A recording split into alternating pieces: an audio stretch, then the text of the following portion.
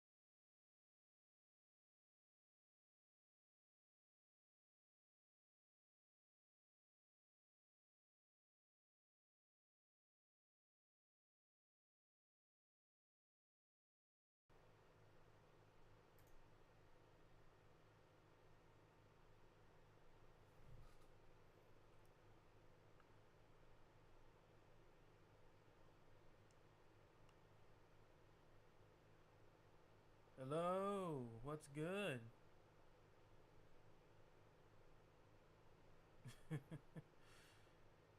Ah, this damn microphone.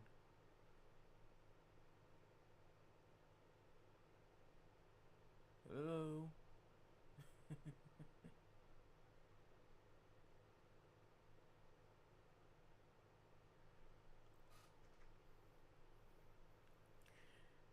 Hey there for everybody who's watching.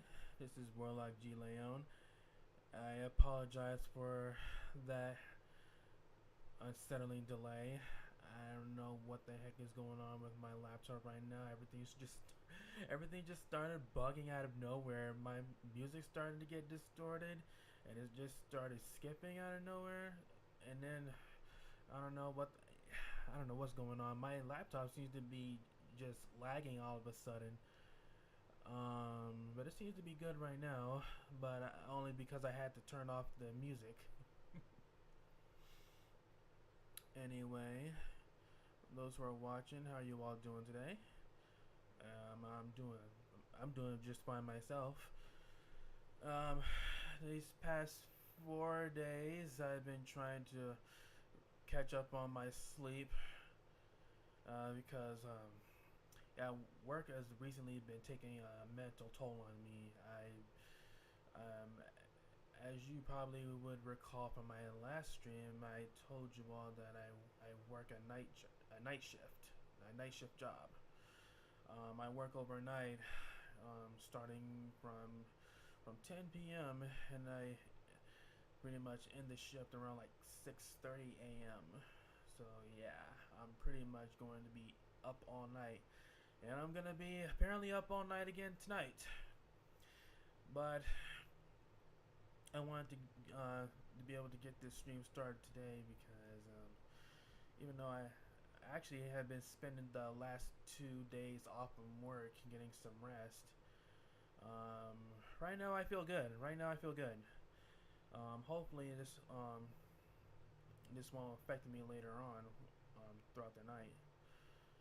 Um, so yeah, today in the live stream we're going to be finishing the first chapter of the Black Beacon.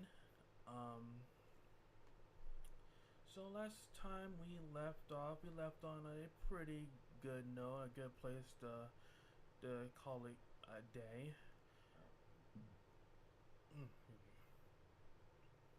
Um, right now, let me see if I can get this upload started.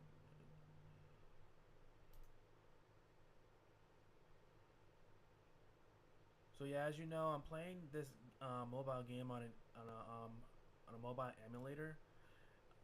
I tried to fix the lagging issue last time. I think I might have gotten it down, but we'll see. We'll see.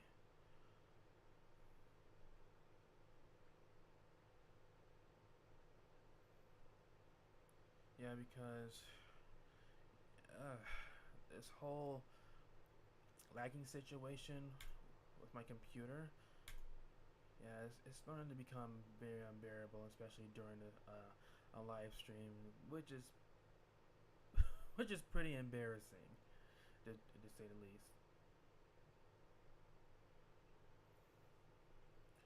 Um, Other than that, right now I'm loading the game.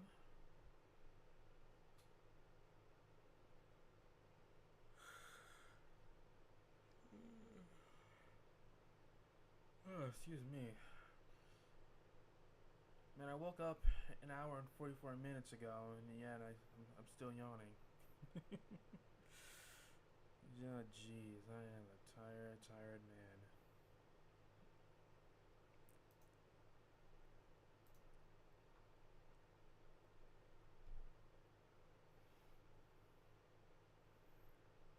All right, once we get everything started, I'll share the screen with you all.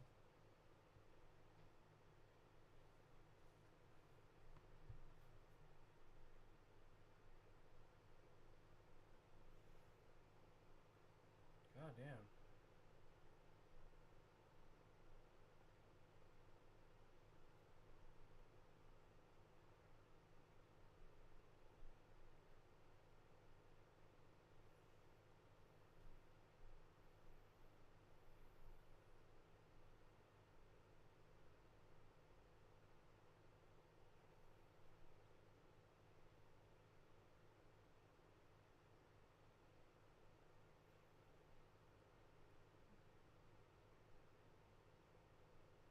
Alright, let me just get this full screen set up. Hold on.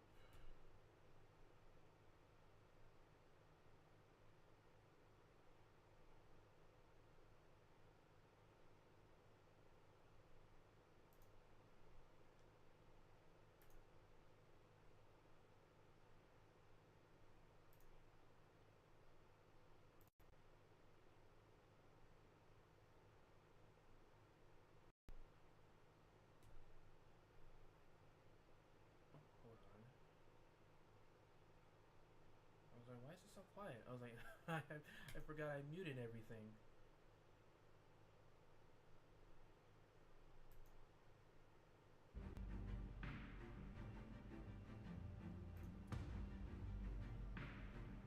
Oh god.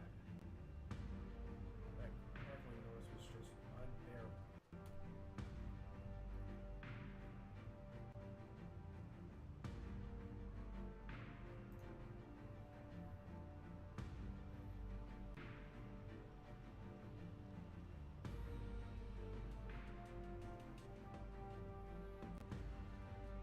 Alright, here we go.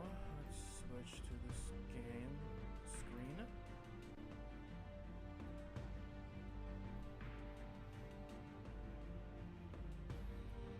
So last time we... Oh, God. So last time we left off... So yeah, the last time we left off, we were apparently suffering from memory loss for some reason. And we were appointed the new owner of the library of Babel by the mysterious and crypto. Hold on a sec. Hold on, I need to unplug and replug my microphone.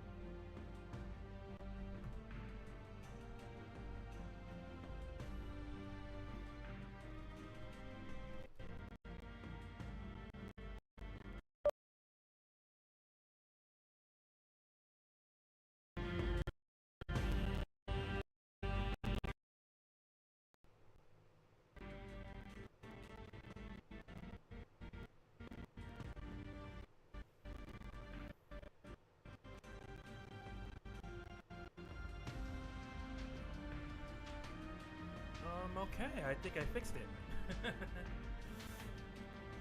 Man, I hate having mic issues during a live stream.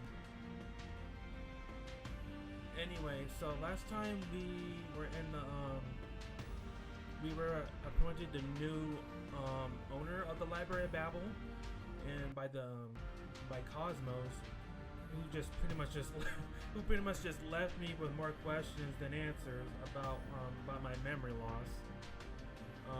He pretty much said, "Hey, if you lost your memory, oh then well, why don't you journey to the Library of Babel, and pretty much all your questions will be answered." So I'm like, okay. So the Library of Babel sits on the first level of this gigantic tower called the Tower of Babel. It's pretty much this tower that's so huge it can be seen going through space. Apparently the tower is constantly being constructed as time goes by, and it's one among the 3 worldwide anomalies that are going to be talked about in the story. Yeah, the Tower of Babel is apparently also used to time travel, thanks to this black monolith thing that's inside. Along the way, we pretty much meet the faction that's currently looking after the Tower of Babel, called Emeon. Yeah, so the group pretty much consists of the Zero, the emotionless ice queen, and then we got the cool short-tempered redhead Arishan, and then we got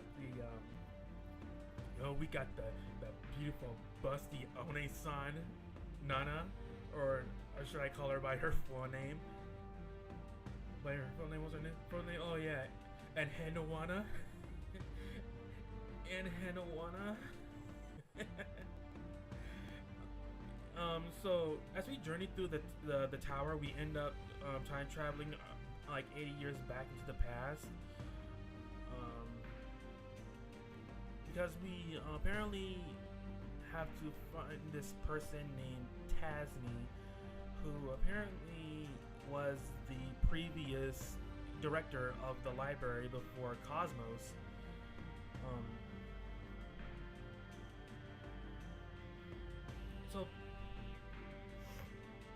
So yeah, Cosmos before he pretty much just he pretty much just stepped off the role of director. He did that because he wanted to journey to this place in the tower called the Path of No Return.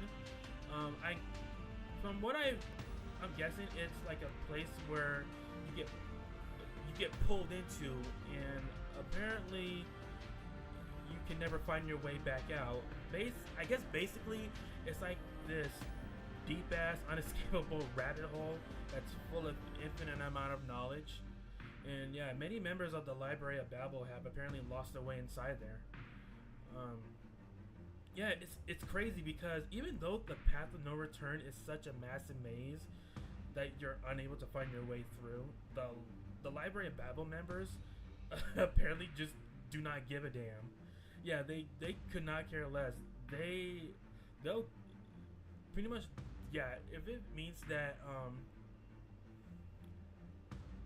they gain access to like an infinite amount of knowledge, yeah, they're willing to get lost through that place, like all the way through the ends of time. Yeah, their curiosity is just too strong. It's just too strong to resist. So later on, we get the glimpse of the flashback from 80 years ago.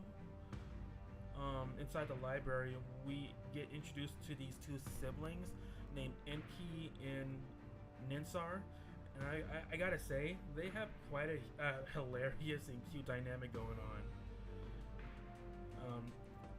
Yeah, it's something that I'm really looking forward to seeing more of as we progress through the story. And yeah, so that's pretty much where we left off. We left off with Enki and Ninsar. They're having their brother-sister moment, and which was very, very wholesome. And after that, we're here on stage 6. All right, well, without further ado, let's get started. I'm tired of yapping, so let's get this up and done and over with, so we can move on to chapter 2. I'm really looking forward to seeing what chapter 2 is all about. So let's get started. Let's finish chapter 1 so we can move on to chapter 2.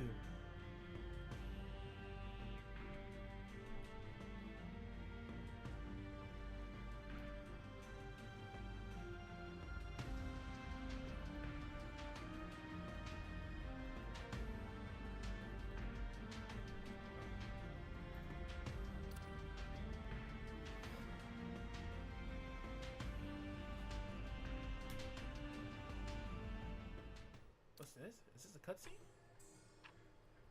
Tasney. You're 57 of the world calendar. Tasney, the director with the shortest tenure, with only 1 year in service. There is very little information about himself. 1 year in service? You saying that he was only director for like 1 year and then he pretty much like, yeah, I'm done. He's like, yeah, I'm done with this shit. I'm gonna journey through the path of no return. That's a lot better than staying here with all y'all. Nevertheless, his inventions could fill an entire encyclopedia.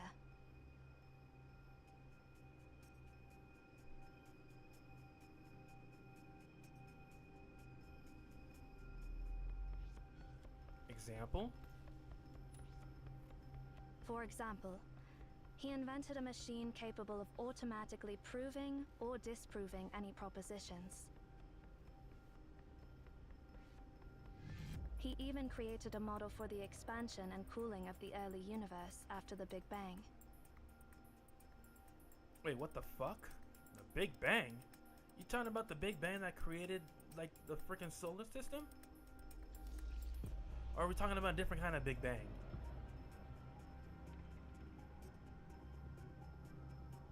That sounds kind of strange.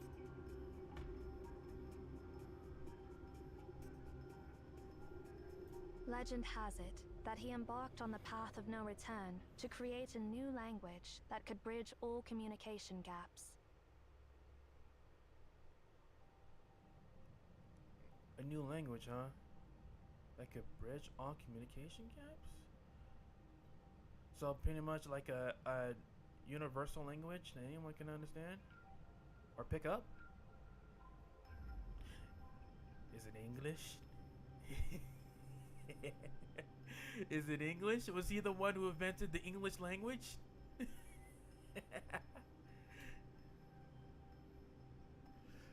Sounds quite extraordinary. You sure have your fair share of superheroes in this organization.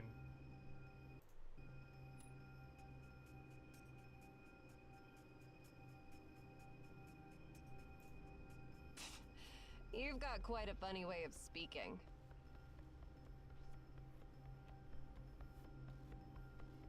Hey, but you're not complaining, are you?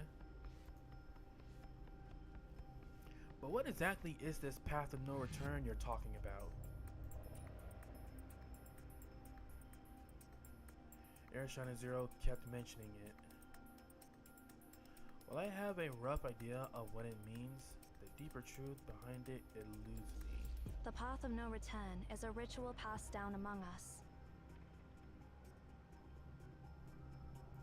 It means a one-way journey, signifying that someone is determined to never come back until they reach the end of the library. Which apparently could take years. Years upon years.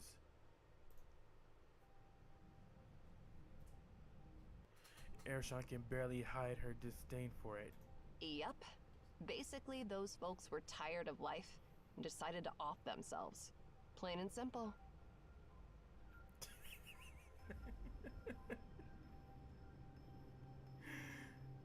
Oh my god, why she had to make it sound so morbid?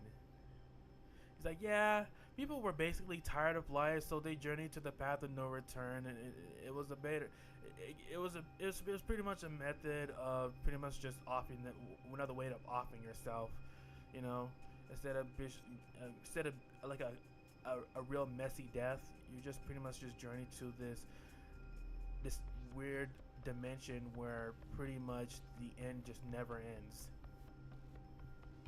Ari. What?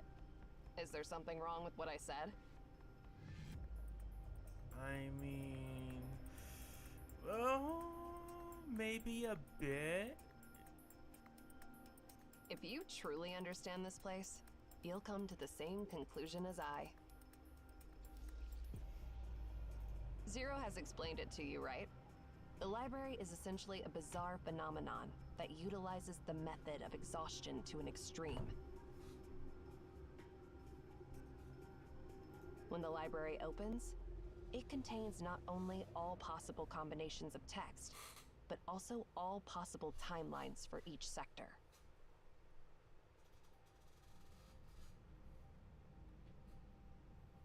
So there's a whole bunch of timelines going on within the library once it opens.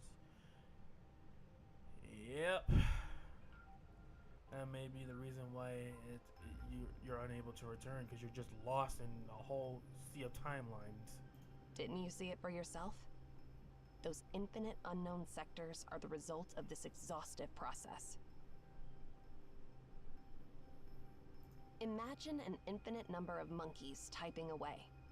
And eventually, one of them will type out everything that happened in your life. The question is, how do you find that specific monkey? That's a good question right there. I mean, shit, if you have like a whole bunch of monkeys that are pretty much just typing, and one of them pretty much has just finished the entire layout of your entire life, how do you find that one monkey? That's quite a riddle. It contains everything, and it contains nothing. Such is the Library of Babel. It contains everything. It contains nothing.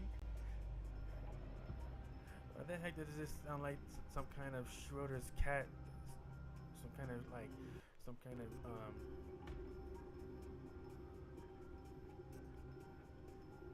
Some kind of Schroeder's cat theory. It contains everything, and it contains nothing. You're everywhere, but nowhere. But in the past, people had superstitious belief that this library held a book of omniscience, a compilation and index of all books.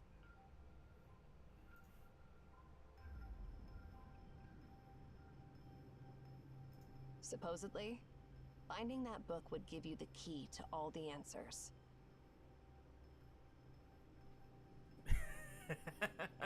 The book is the key to all the answers, huh? Oh my god. Imagine if Kanye West got his hands on this book right here. Now he would really, remember that one meme he said, "You ain't got the answers! You ain't got the answers!" Oh my god, I just imagine him just finding this book and he'd be like, "Yeah, you ain't got the answers, I do! Got it right here in this book!"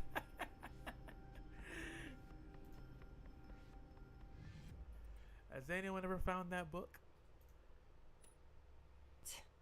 No. Hey, if anybody ever did, holy shit. They would be like, shit, holy cow. Maybe almost like equivalent to like God or some shit. No. That's why it's just a superstition. Nowadays, few would go down that path for such nonsense. I mean, with something like that, I can understand why people would want to believe something like that. Once you embark on the path, you must leave at the exact same time and the exact same place you entered before the closure. Missed, and you can no longer return.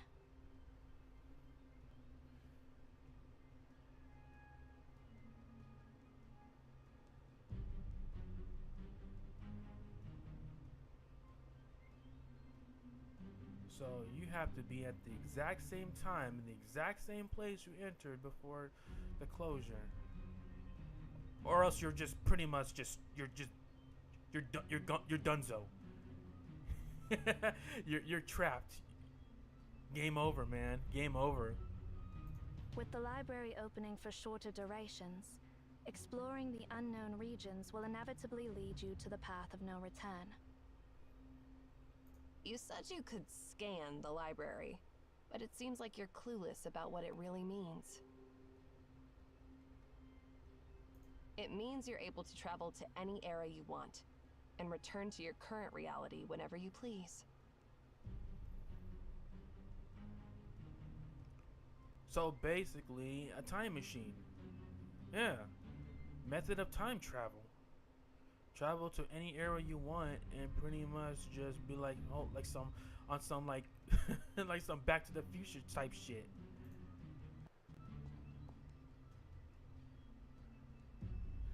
Erishon comes closer to me, her intensifying. What? Do you understand why countless Emaons are so drawn to such superstition about the library? I mean, with the whole superstitions of infinite amount of knowledge, and you all pretty much are looking at That's pretty much a place full of knowledge. If you can find some book that gives you pretty much knowledge of just about everything, I can see how that could be quite tempting to resist. Even if it is just a superstition. This is One Piece. This reminds me of the One Piece. Pirates are not sure if it exists, but hey, they're willing to travel through the earth to find out for themselves. Oh my god. What the fuck is this crackling sound again? Hold on, I need to unplug my microphone.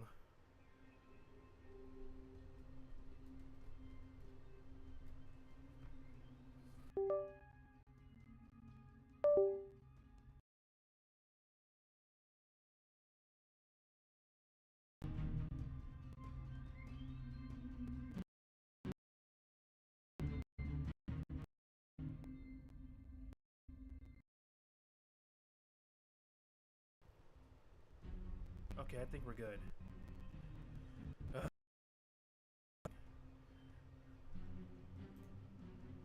It's the unknown. Yeah, journey to the unknown. The fear of the unknown leads them to see the library as a god.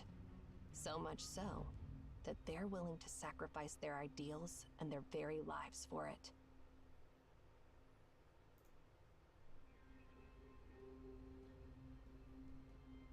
Your claim of being able to scan the library is, to us, blasphemy. So yeah, he's like, huh, you can scan the library? I'm calling bullshit. She's like, yeah, I'm calling bullshit. If our endeavors, even at the cost of our lives, mean nothing more than a walk in the park to you, then your very presence will shake the core of our foundations.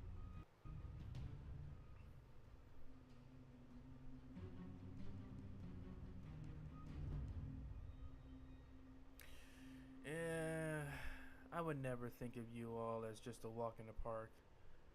Nah, especially you here, Sean. You're just too cute looking to be.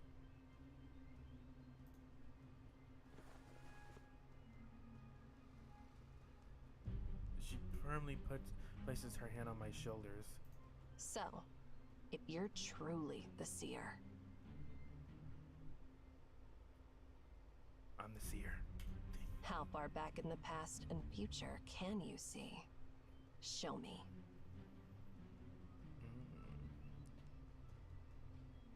You're gonna whisper that in my ear, Ereshkigal? Hey, I can take you anywhere you want to go. Just name it. Just name it. I am the seer, after all.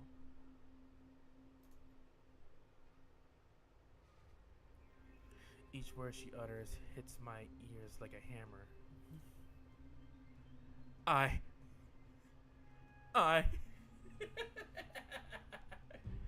I'm at a loss for words.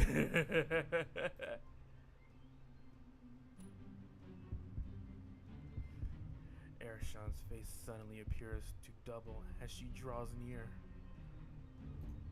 What the hell is Barry, going on? stop it.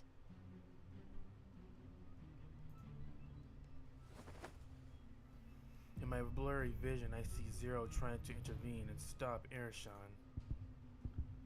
And once again, I'm engulfed by a familiar sense of chaos. Yo, what the heck is going on? Am I having some kind of freaking heart attack or some shit? What's that? That thumping? What's that heart thumping I hear?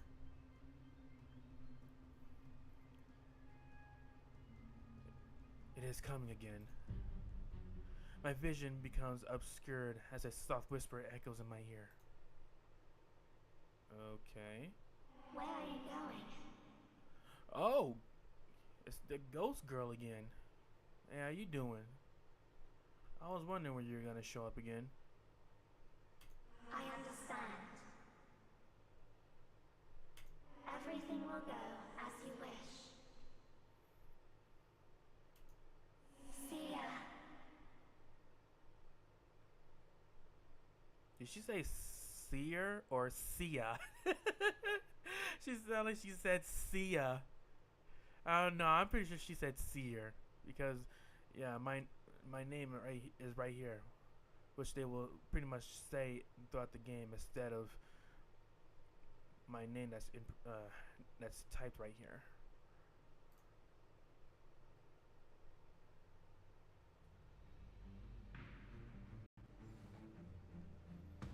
Wait, that was it?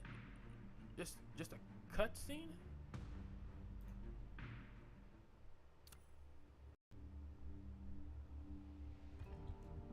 Wait, what the fuck happened? Huh? What's this place?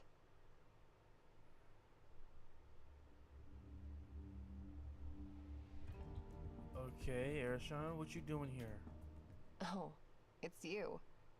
Looks like you brought us to quite an amazing place.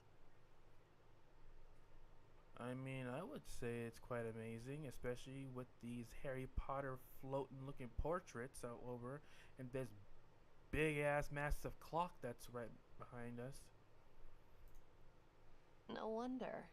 Ever since I first saw you, it felt like your soul was looking down at us from a very distant place. So, Ershon, do you believe me now? Ignore my quirky words. Pretend I'm just a whisper in the wind. Then why don't you be a whisper in the wind and whisper in my ear?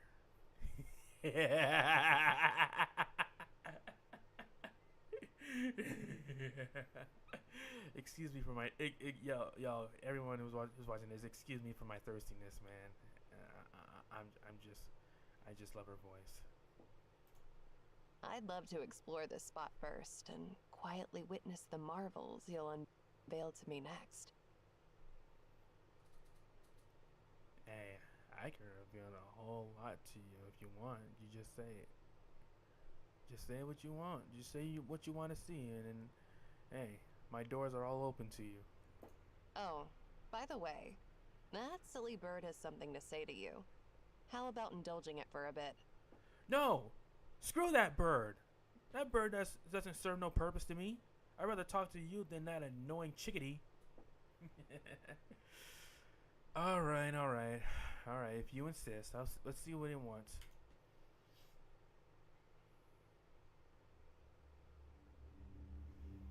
Before you continue going deeper into the library, I shall have some other things to teach you. This is another tutorial.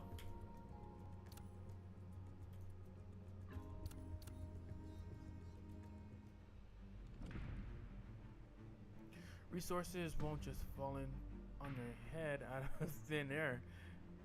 A budget? What's that? Yeah, I know about resources. They're pretty much the things that are pretty much strengthen my characters. After all, you can't possibly expect to be able to mine inside a library, right? Yes. Skip.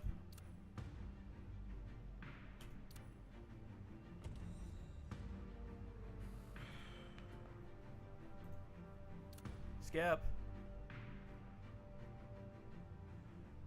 Yeah, I'm not going. I ain't doing these. I already did these. I do these already on a daily basis for my dailies.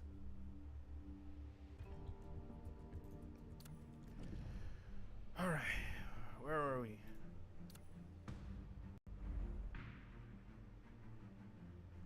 All right, now we're going to stage 7. See what's going. See what's up. 80 years ago. So, visitors from another sector, what is it that you seek?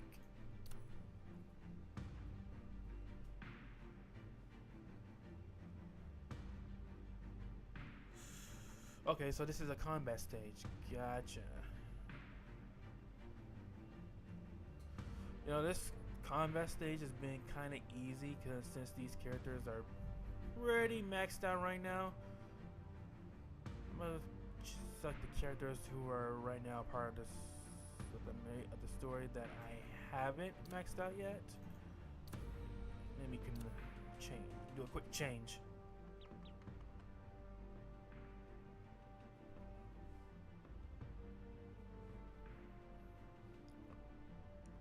Yeah, I want to deploy both. I don't. No, not both. I want to deploy all three. Nana, Anki, and Ninsar.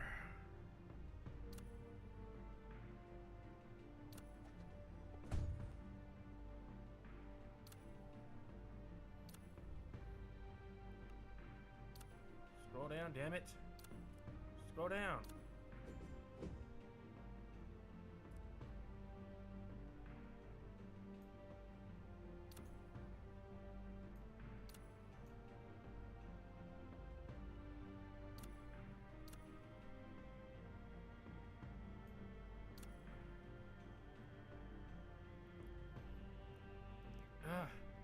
God damn.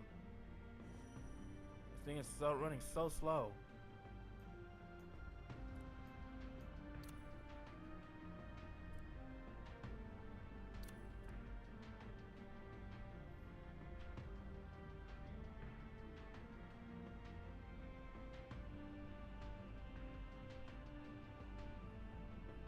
Hey, for those who are watching this, you know, excuse me for the amount of lag that's going on right here.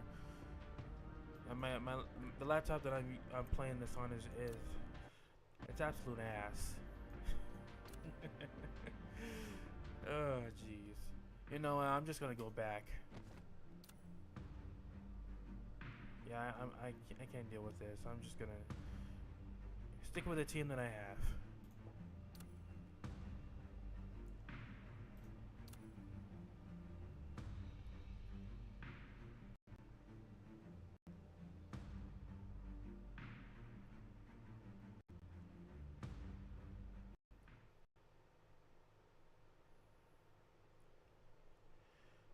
I wonder if I should start streaming this game on my phone from now on, because yeah, if my laptop's gonna be acting up this much during a live stream, yeah, I might just end up switching this to screening this on my phone in the near future.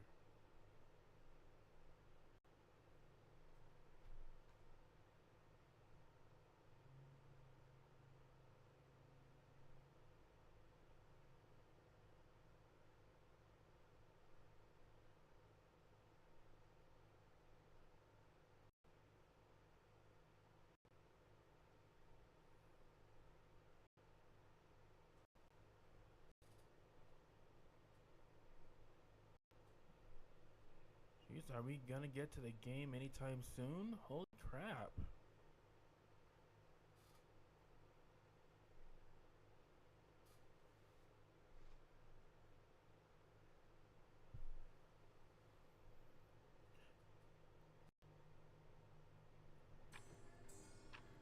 Years ago.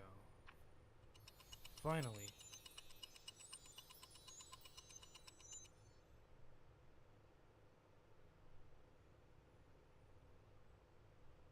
"20 years before the world calendar."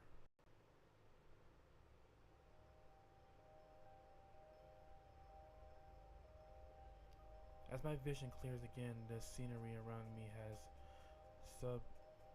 subtly changed. And wait, what the hell is wrong with the screen?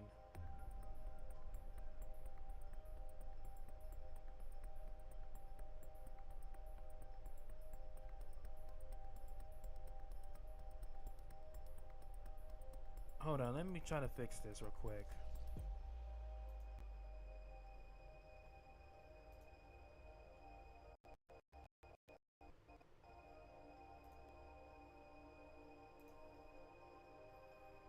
Let's see.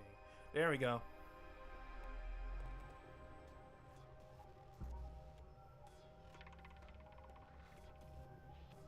So, once again, we are in some unknown area of the tower, and looks like apparently both Arishan and Zero have no idea what the fuck's going on right now. And neither do I.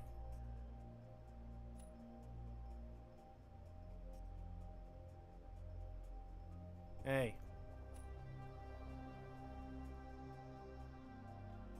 What's going on here? Everything looks different now.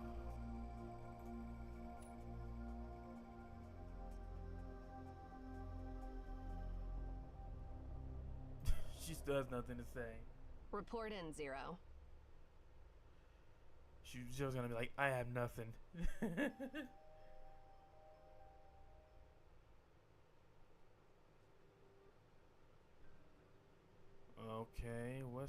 Okay, so we're getting into combat now. Nice.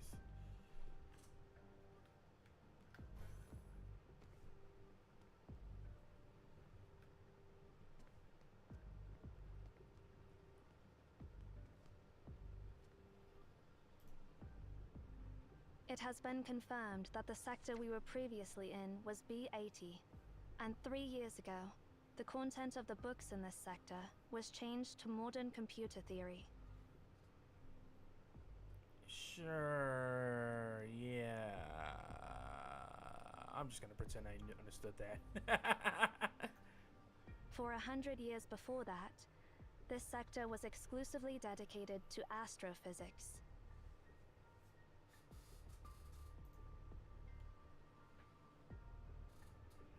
An's chirp circles in the air and gracefully lands on its master's shoulder, chirping at Zero.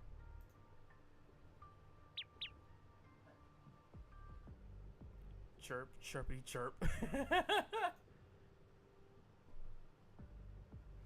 Zero listens attentively, then looks at Arishan and me before announcing her conclusion. We have indeed traveled to the past.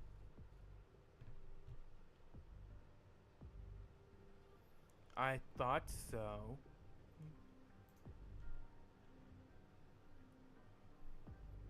Arishan's expression becomes unreadable. How did you perceive it? He's like, how do you know we went back into the past? He's like, how did you come to that conclusion? Show your work. Show how you got me. Show me how you got this answer. There were no signs, no warning. For me, it ended in the blink of an eye.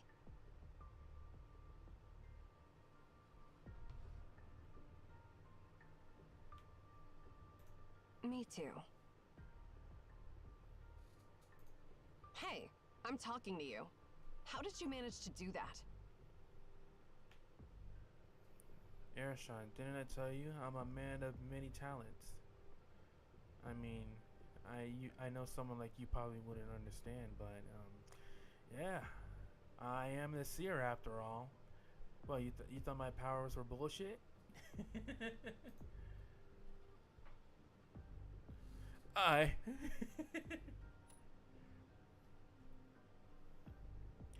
blink as my thoughts momentarily stop. I was just thinking about finding Tasni.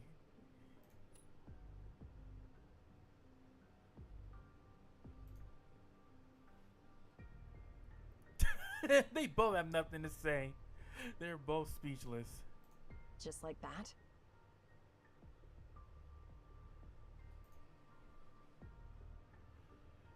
Yeah, as simple as that. What were you expecting? Were you expecting some kind of grand spectacle? I'm choosing this, and I'm choosing this right here. I'm choosing this response right here.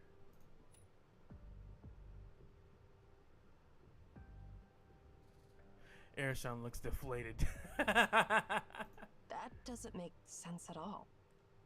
Where did Cosmos find such a bizarre person?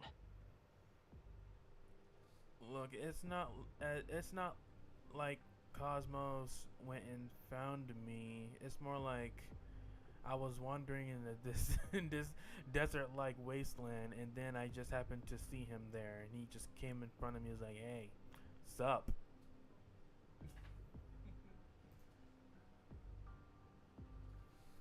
Her voice trails off, almost inaudible.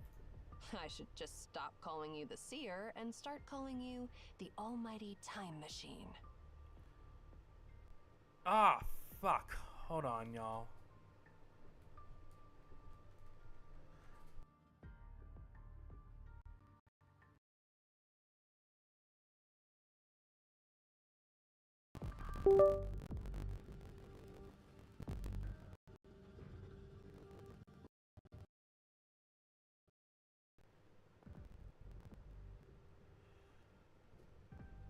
Oh, good. Good, it's fixed. God damn it. First we're dealing with lagging and now with the audio interference? Shit. Anyway, yeah.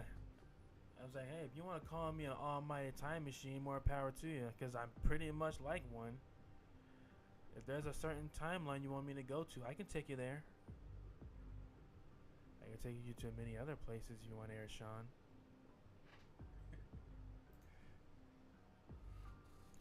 So, our next move.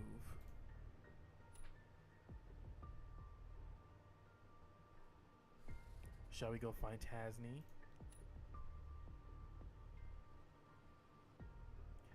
For some reason, there's gloom in Airshon's voice. Yeah, cause I just ate her words. She was like, "Oh, wait, you're a time traveler? You could send yourself into different timelines in here." I call bullshit. And then after showing her my magic, I was like, "Yeah. Still think I'm bullshit now? You still think I'm bullshitting you? I'm the real shit. I'm the cream of the crop. I'm the McCoy. I'm legit." So now how you gonna act? We've come this far already. Let's go find Tasney and the command to stop the spear. We can't be too prepared anyway. Oh yeah, exactly. That's why we were looking for this guy, because apparently he knows how to stop this sphere that's pretty much going to explode and destroy the tower in the near future. So pretty much we have to find some way to shut this thing down. I'm curious what other miracles I'll witness on this trip. Airshine, I'm sure that as long as you stick with me, you're gonna be experiencing a lot of miracles. Trust me.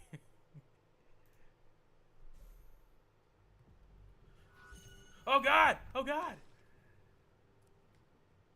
I was so not prepared for that. Ah.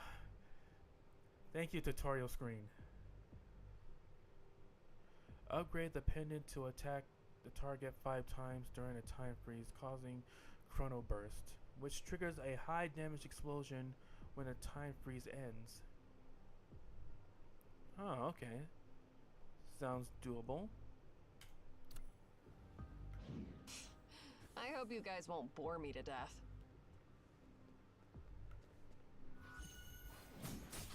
Girl, is there anything boring about time travel? No. Fluttering wings.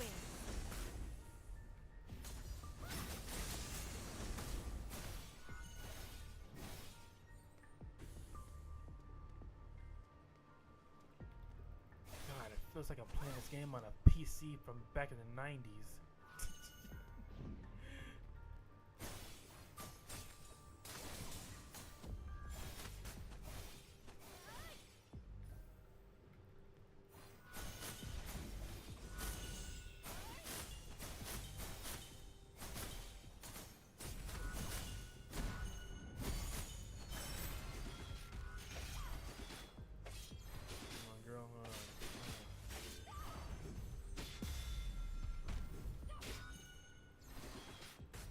Yeah, holy shit, this thing is lagging so much I don't even know what the hell is going on. Oh, there's one left. You wanna know this?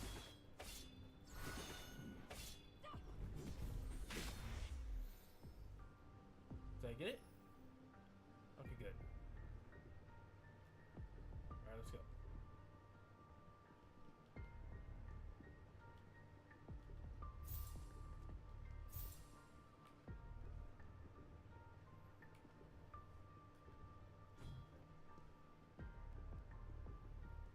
This place looks impassable to me. Huh? Why don't we just smash through it? Yeah, exactly. Objects with golden cracks can be destroyed by chronoburst.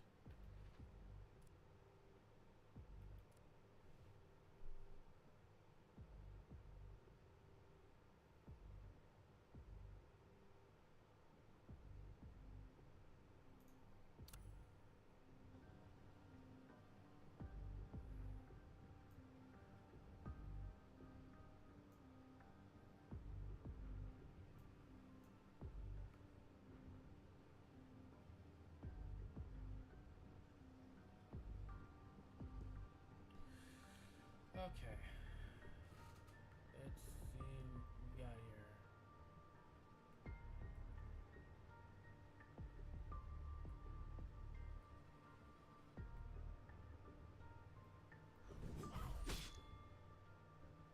Nope, not Chronoburst.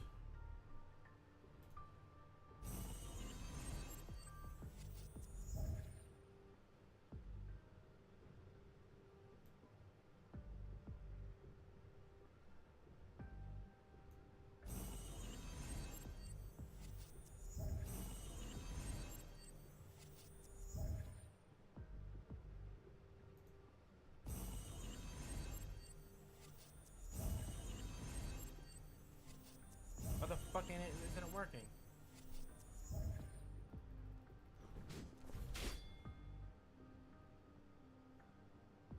Oh no, maybe zero. I may have to switch to zero.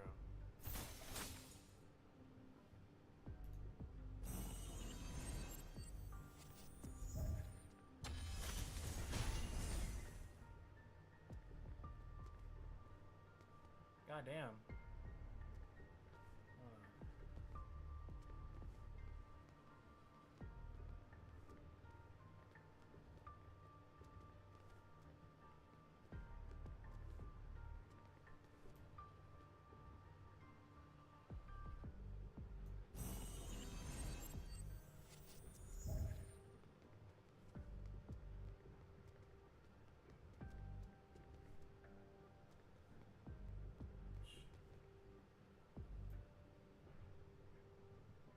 Okay, guys, trying to bear with me. I'm really trying to get this door open.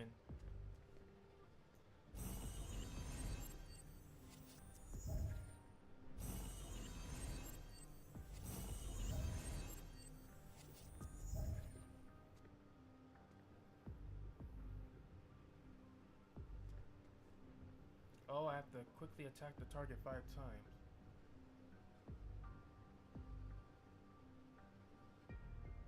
Okay, let's see. We got this.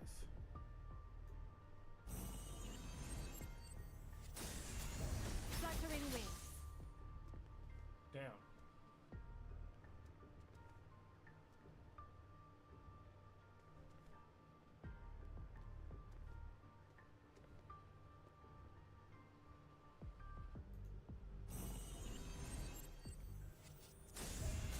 Fluttering wings. God damn. Hold on.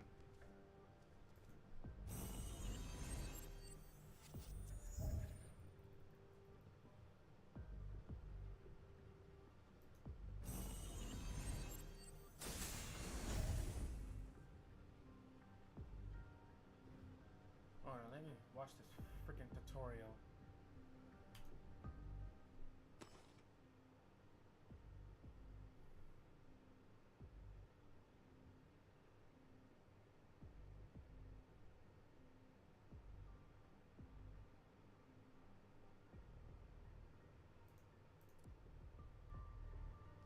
Okay.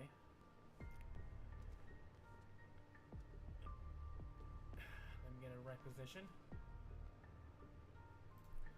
Alright.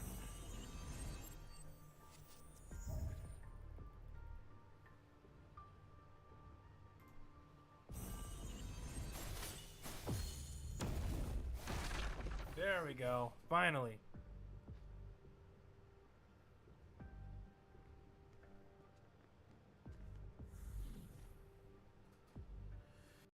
God damn. Yeah. That wasn't too hard.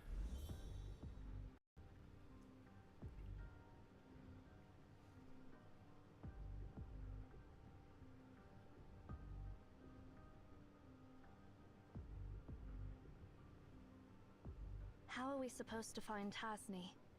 That's a I mean, good question. this place shows all the possible moments of every second, right? You think just finding the right time will lead us to the right person? I mean, it might. Let's see.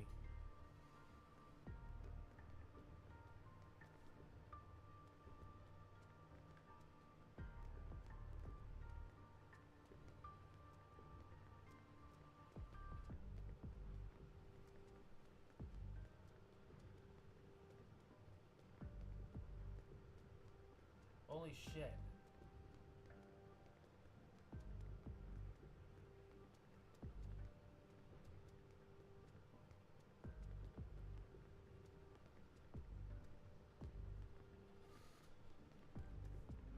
Goddamn.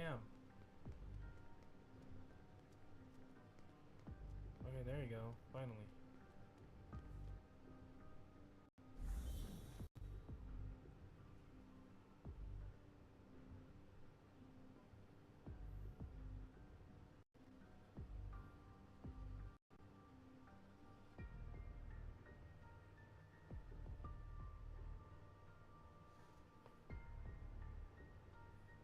Goddamn, what's going on now?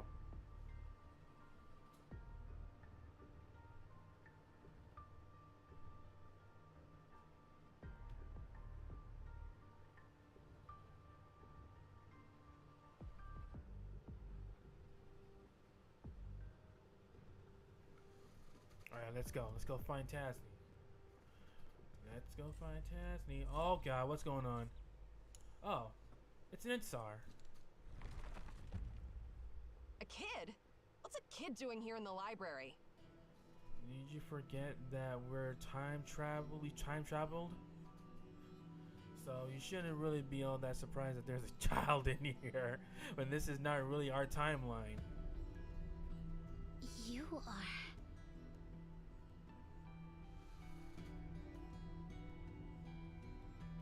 The girl cast us a usual glance. So, you're the successors from the future. Yep. Wouldn't expect nothing less from the genius herself. She figured it out immediately.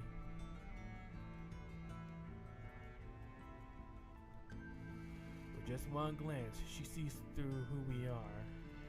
So, visitors from another sector. What are you seeking? We're looking for Tasney. You know where we can find this guy?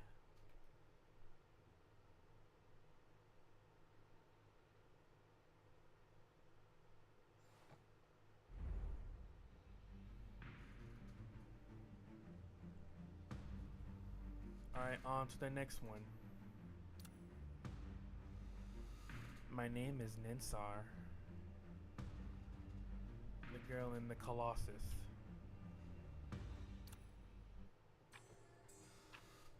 So I'm guessing this part will be all about her. It seems you've undergone unbelievable adventures to finally get here. Yeah, adventures that will blow your freaking mind. Who are you? My name is Ninsar.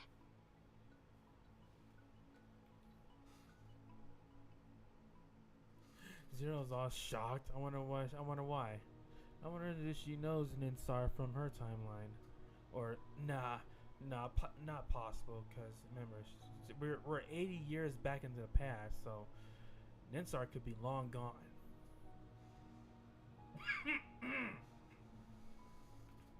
Don't you have anything to ask us? She's like, nah, I don't need to know. I pretty much am smart enough to pretty much just know exactly what's going on.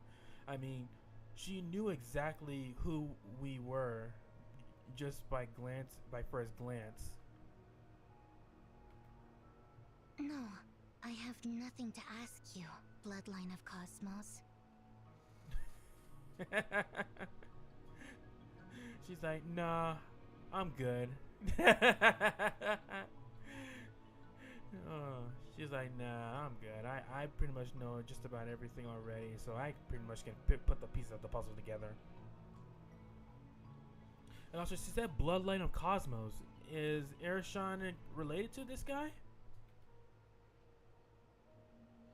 Did she just say Bloodline?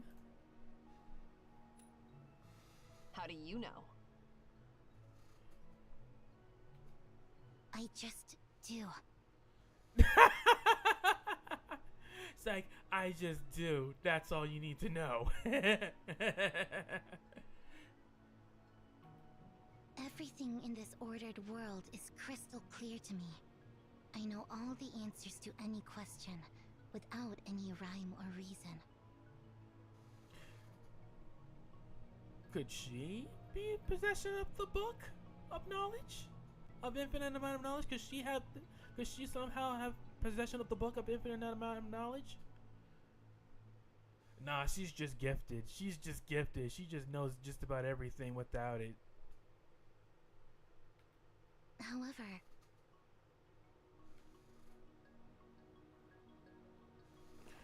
Ninsar's gaze lands on me, and she waves at me like I'm some tiny critter.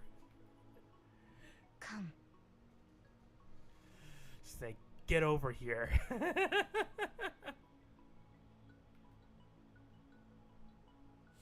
Despite her childlike face and voice, her voice carries an irresistible force. I gather my courage and walk towards her. The seer, right? So, the future cosmos did receive an interesting prophecy. I knew that a person who was so good at disguise wasn't as ordinary as he seemed. Bro is all the dude's master of disguise, huh? Or is he talking about his personality, or his yeah? He's not talking about that he actually wears a disguise all the time. He's talking about like a metaphor, like he wears like a false face. Like disguise, motherfucker. She raises her hand and tickles my face with her with her fingertips? What the fuck? I can't see through you, but since you're favored by the Library of Babel, I'm willing to help you find the answers you seek. Okay, where's Tasni? As a matter of fact, I'm searching for Tasni too. Alright, sweet. We can go look for him together. Lead the way. Anticipating Ershawn's next question, Ninsar answers before she can even speak. Oh my god, is she a mind reader? Tasni is my bloodline. Wait. Okay, yeah, that's right. Tasni is her father.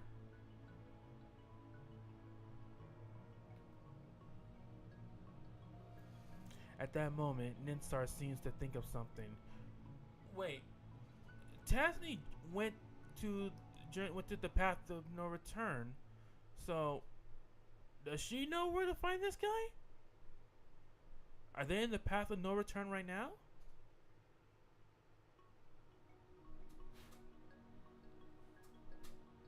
I don't think so, because she hasn't really mentioned anything about it. Nothing has been mentioned that we're in it. At that moment, Ninsar seems to think of something. Speaking of which, I do have a question that only you can answer. Alright, go ahead. Have you seen a librarian named Enki on the list? On the list? What list? The VIP list? What list are you talking about? the VIP list? The naughty list? What kind of list? The grocery list? What are we talking about here?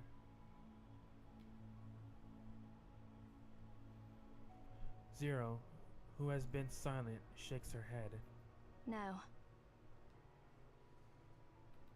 And your name is not on them either. Huh. I see. What is this list, though? Is this a list of, like, current people who are, like, currently in the Library of Babel? Is she referring to, like, is she currently still in the Library of Babel in their current timeline? If so, then she said no. Yeah, that means probably both her and Enki are long gone.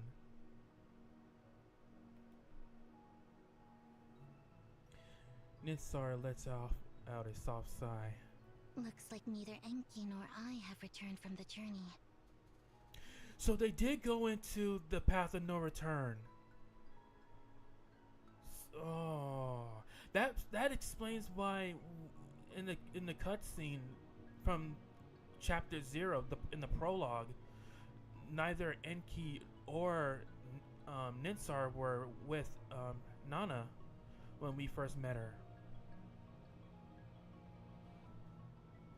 Huh.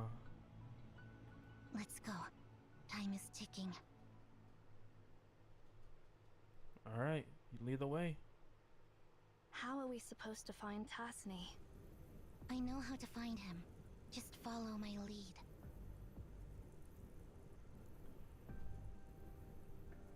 Is this a connection to your father thing, or just a I just know just about the answers to just about everything kind of thing? Ninsar, come on, girl, you're being very cryptic right now. Anyway, what the heck are these floaty spear things?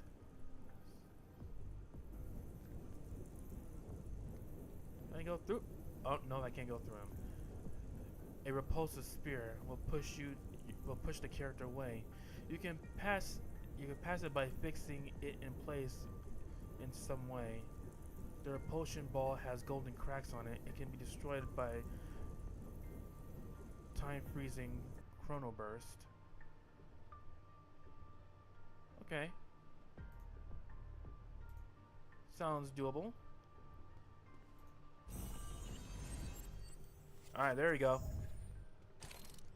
Haha! Haha! There we go.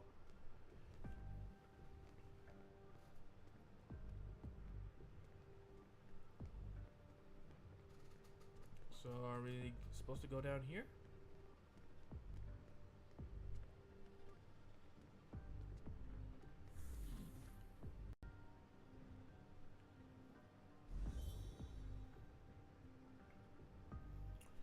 Alright, let's go find this guy. Let's find Tasni.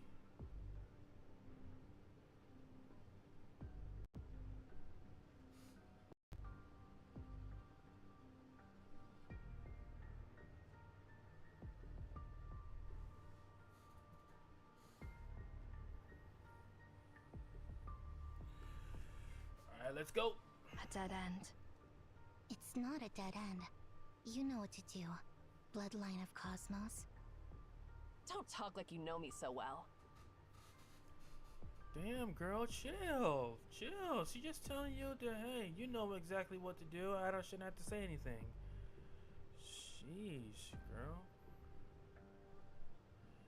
You gotta let that short-temperedness calm down a bit, girl.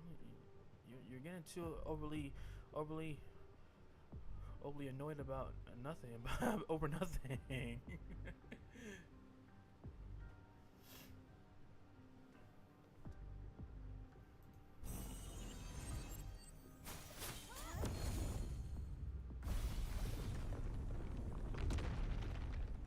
Oh God. Alright, let's go. Shit, I do not envy the person who has to fix that later. Who's that Enki you mentioned earlier? He's my younger brother. He ventured down the path of no return before I did. But when I though? went out to find him and bring him back. But now it looked he failed.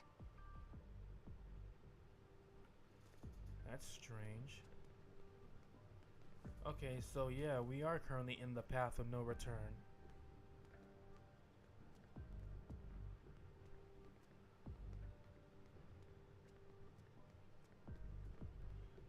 Honestly, this place is creepy as hell. I don't think I would want to be spending the rest of my days wandering around in this place.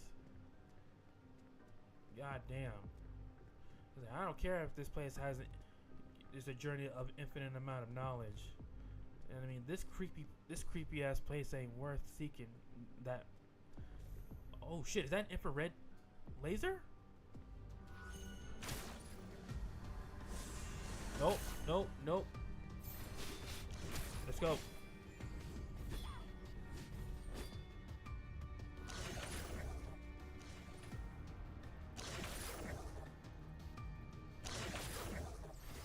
Goddamn.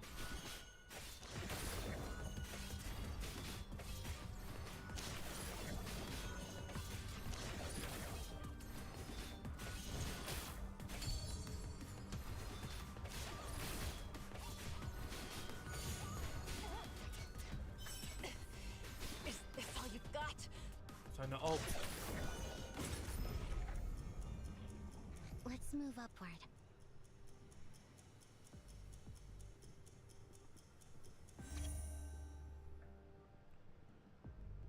Yeah, and yeah, I'm sorry. I had no idea what the hell just happened there because this game is still lagging the fuck out.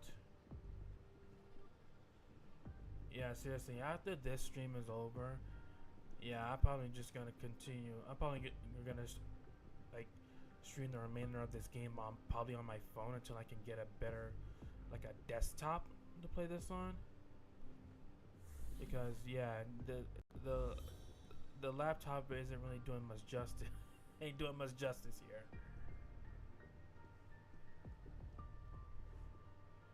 Why did you say you failed? Well, she didn't find him, right? Because your partner already told me the answer. Those who embark on the path will be removed from the list of librarians. The library's prophecies are bound to happen. All those prophecies are predetermined facts.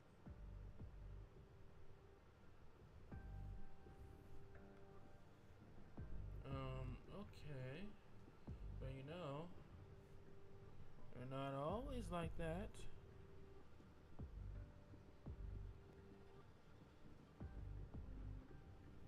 Or are they? And yeah, I gotta switch back to Zero. Yeah, Airshon's not looking too hot right now.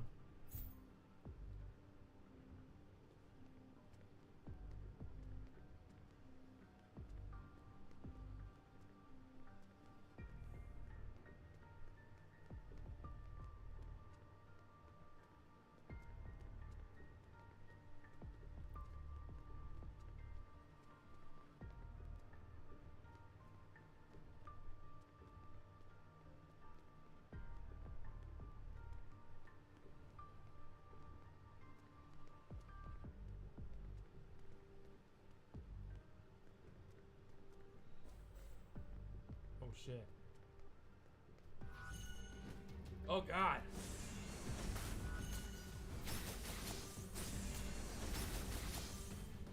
Yeah, here we go.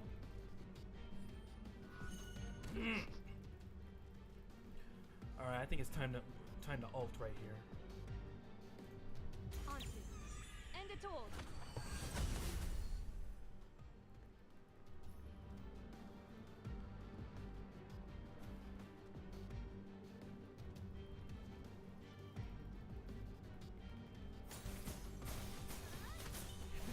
I keep pushing the button on the controller. Like, why isn't anything working? I was like, oh yeah, I forgot.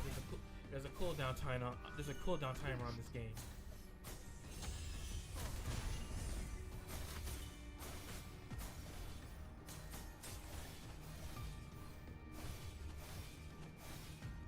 Holy shit! We're running away. The director's office is on the other side of this area. Let's head in that direction. All right, let's go.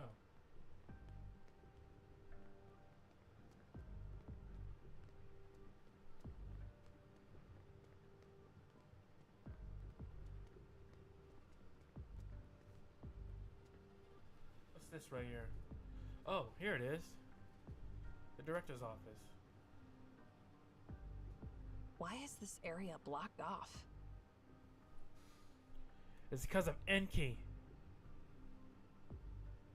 This is the foolproof door. Or so he calls it, I suppose.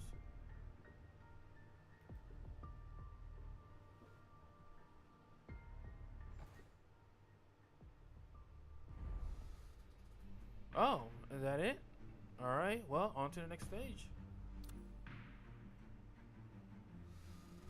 I wonder how many stages this game has. Or this chapter has, I should say accurately. The foolproof door. The foolproof door? Yeah, the coded gate set up by my stupid brother. It'll open only when all its questions are answered. You know, at a time like this, Nana would be very, very useful right now. TikTok, here's your question. How many moons would fit inside one Kepler 452 b? What the fuck? What kind of question is that? Huh? Who in the world knows the answer to such a question? Yeah, exactly. I was like, what the hell? This kid is literally just spouting off some random ass question, just hoping that someone would answer. I'm pretty sure he doesn't even know the answer to that. 249. What? Correct. What? Zero was correct? Did Zero really do that math inside her head? Next question. Don't even bother. This gate has 5,000 questions in total. Going through all of them will take you days, even without any breaks. Why the hell is this kid just going around putting foolproof questions that are just absolutely ridiculous to answer? Yeah, I swear this kid's really starting to it's really starting to get under my skin for no reason. Let's just blast it away. Yeah, exactly. Or smash through it like what Nana did. No, it won't budge. It's stronger than you can ever imagine. Then how did Nana break it? Not even Mer can do anything about it. Mer. Oh yeah, that's the name of her sculpture statue. I was just asking, like, who the heck is Mer? Wait, if that sculpture couldn't even smash right through it, so did he improve since the last time he used it?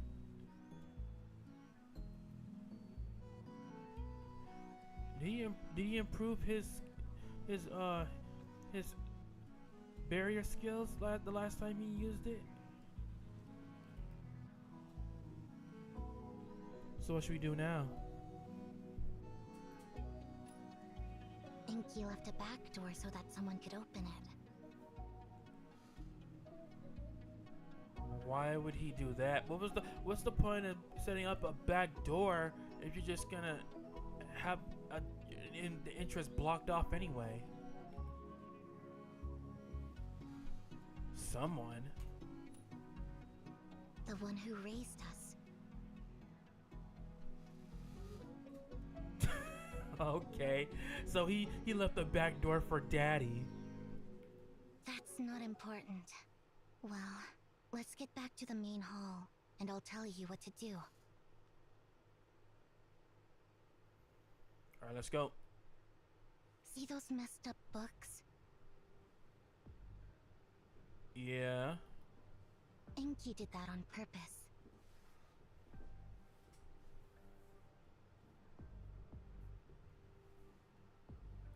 Just put them back on the center shelf in a specific order, clockwise, and that gate will open.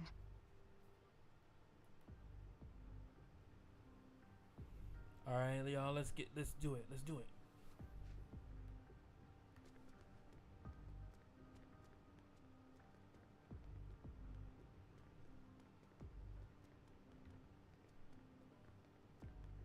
Oh, I don't think I could go down here. All right, let's take the stairs.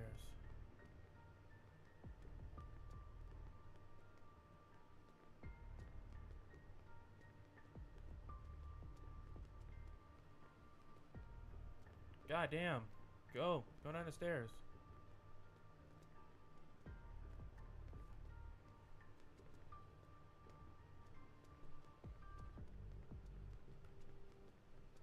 Holy shit. Go down the fucking stairs.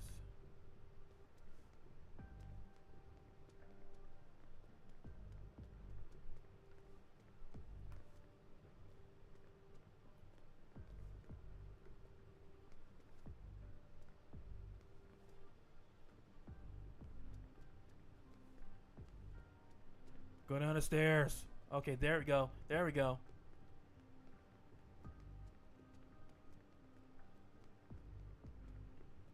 All right, let's figure this out right here. What's this with this light?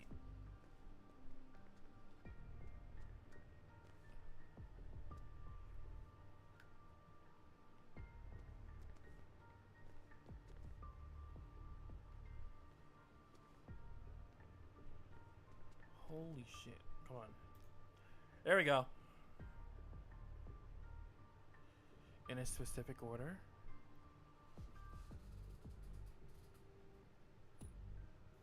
I'm sure you've noticed the darkest side. The moon never turns its back on us. She's always accustomed to tidying up everything from that direction.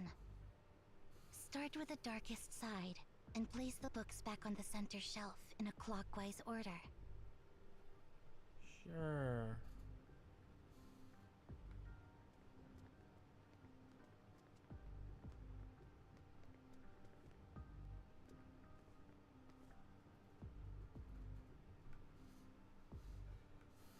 All right, let's do this. Let's do it. That's the wrong order.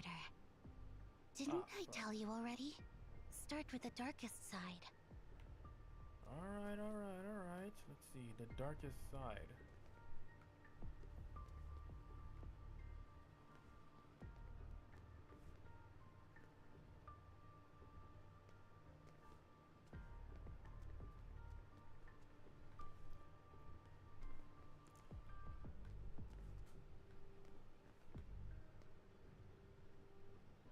Yo, what the fuck is up with this darkest side shit? The sides look the same to me. Hold on. Oh, is she talking about the one that's casting a shadow? This gotta be it right here.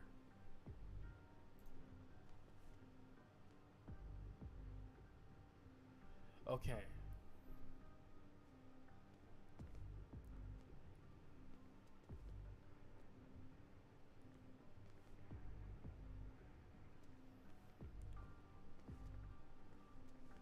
Holy shit, this is getting tedious. That's the wrong order. Ah, shit. Didn't I tell you already? Start with the darkest side. Yes, I know.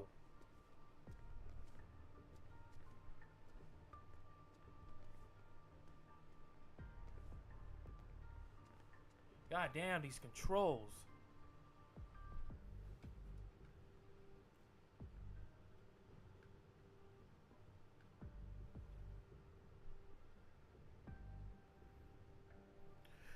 Alright. Start again with the darkest side, as she keeps saying.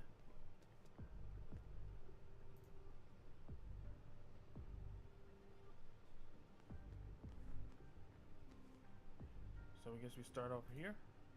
Yeah, keep arranging books like this. Okay.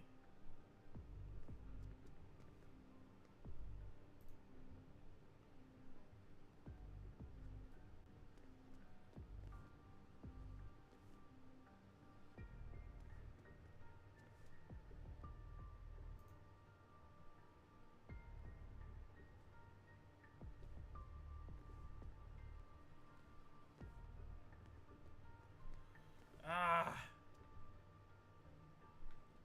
God, he cursed these clanky ass controls.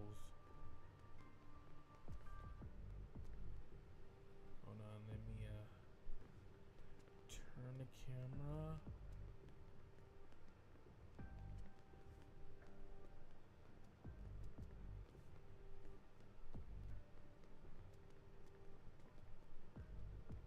Holy shit.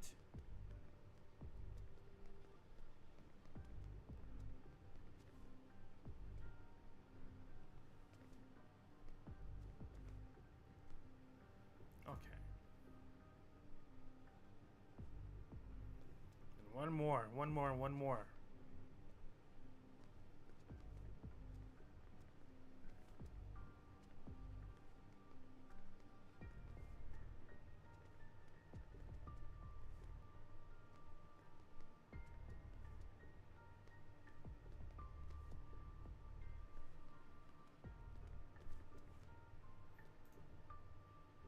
There we go. The gate should be open now. God damn, we finally cracked the code.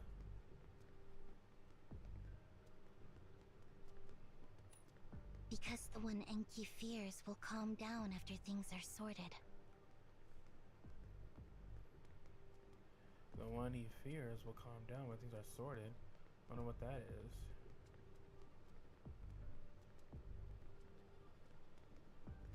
is. Is that Daddy? Oh my god!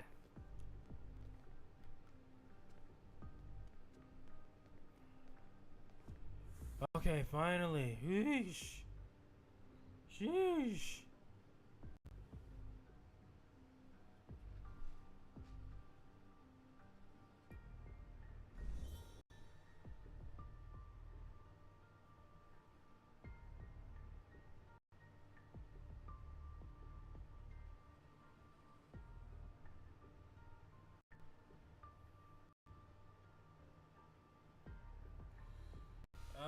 Oh my god.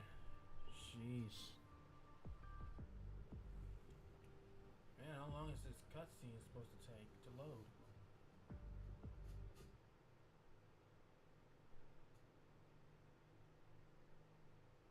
Alright, let's go. Let's go find this guy. Oh god. Looks like we'll have to deal with some problems before finding Tasni. Yeah, no shit. Fluttering wing.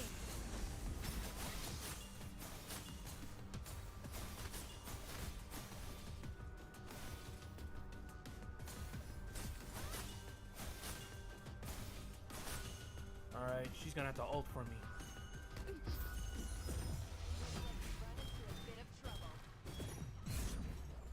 A bit of trouble may be an understatement. Compared to the humiliation from that time. Oh, I'll make shit. this. No one Damn. can escape.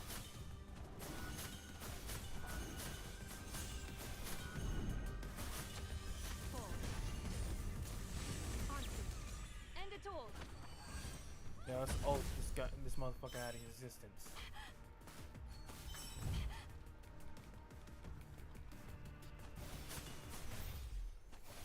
Go check under the desk. There, you'll find the answer you're seeking. Oh, I thought you said go check on the desk. He's hiding underneath the desk. Oh my god, I was like, that is fucking weird.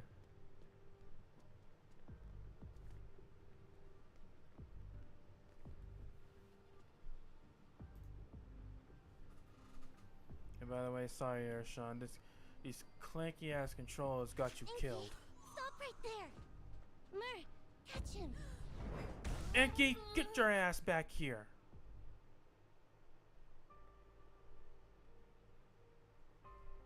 Hiding under the desk. Boy, you got some nerve. Long time no see, Ninsar. Freaking troublesome kid. The boy avoids making eye contact with Ninsar, scratching his head and glancing away, trying to cover up his guilt with a careless tone.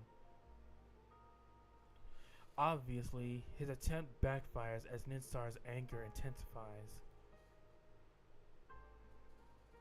She's just giving him the silent stare treatment.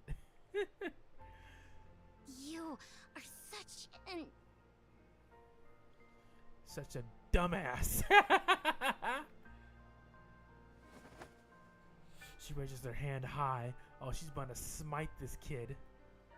Sis?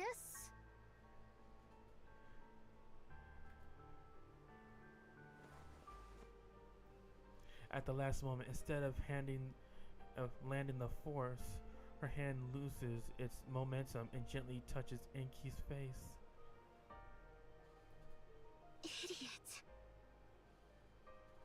Oh. I've been looking for you. Why did you go on the journey alone without telling me? Well, you acted like you didn't care about anything, so I'm pretty sure that was the reason why. I mean, you told him before that you were... he told you before he was going to, to be looking around, poking around in the library, and you didn't even say anything. You were just sculpting. So you probably didn't say anything about that because you probably thought you wouldn't care. You! Hey, you! Hey, you? Alright. My bad. Just don't do that. I'm sorry. It's all my fault. Don't give me that look. Wow, okay.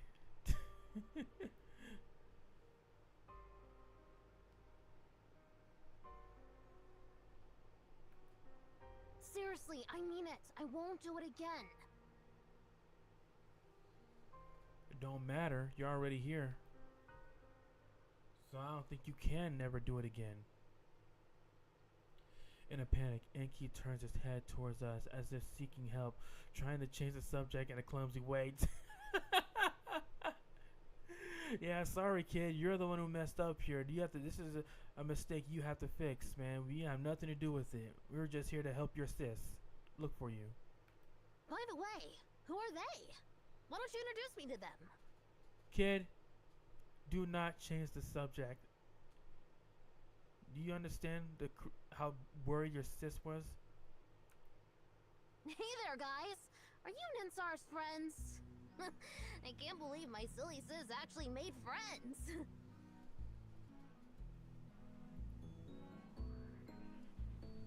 Enki? Bro. Are you just really gonna just shrug off your sister's emotions and just turn your attention to us that easily? Yo, this kid's unbelievable. This I'm Enki, her younger brother. That's obvious, right? Well, I mean, if that's not obvious to you, then your stupidity would go beyond the height of folly. I don't know if that was an insult or you were just making a statement. Either way, kid, you got some mouth on you. Your outfits. Are you also Emaons? But I've never seen you in the tower before. Are you newbies who joined after I left? No, kid, we're actually from 80 years into the future. So, yeah. Our outfit are just more updated than yours. Wow! Then you must have heard about me from my stupid successor, Cosmos, right? Exactly! No, actually, he hasn't mentioned anything about you. He clears his throat and raises his head proudly. I am his mentor, the 372nd director of MAN, and the greatest genius this tower has ever known, beyond the reach of all. That is, I am... Kid, stop lying out of your ass right now. It's already bad enough you made your sister worry, and now you're just spouting off lies just to make yourself look good in front of new people. Bro, this kid's unbelievable. Man, I really hope Ninsar says something about this. Enki Tasni!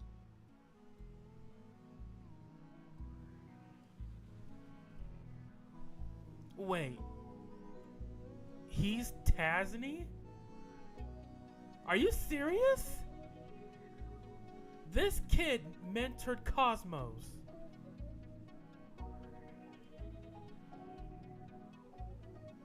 No,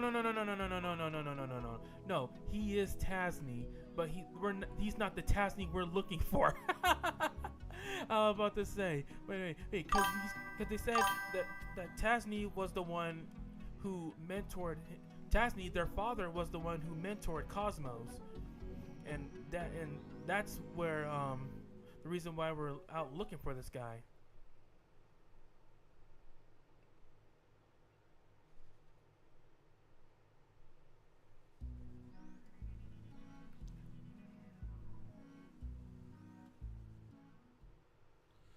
Well, Ninsar did say we were looking for Tasni, and, well, she brought us to a Tasni. But, is this the same Tasni that we're looking for, though? Or are we looking for this kid, Are we looking for Enki Tasni, or are we looking for the father Tasni? Who? No, I'm pretty sure we're looking for Enki Tasni. I mean, this kid is very smart, so he should be able to know how to defuse that that mechanical sphere.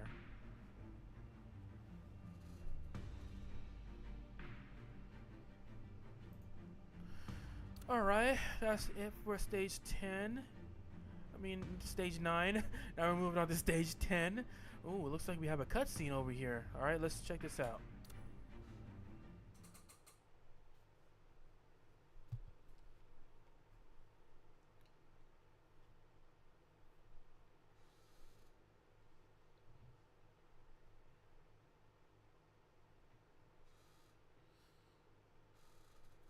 Emion head librarian. The leader of Emion, who also serves as the director of the Library of Babel. Head of Emion, the chairperson of Cave, is often most outstanding scholar of their era. Following the disappearance of the previous leader, this position was entrusted to the seer. Yeah, that wasn't a disappearance. He kind of just upped and left. He was like, yeah, I'm done with this gig. I resign.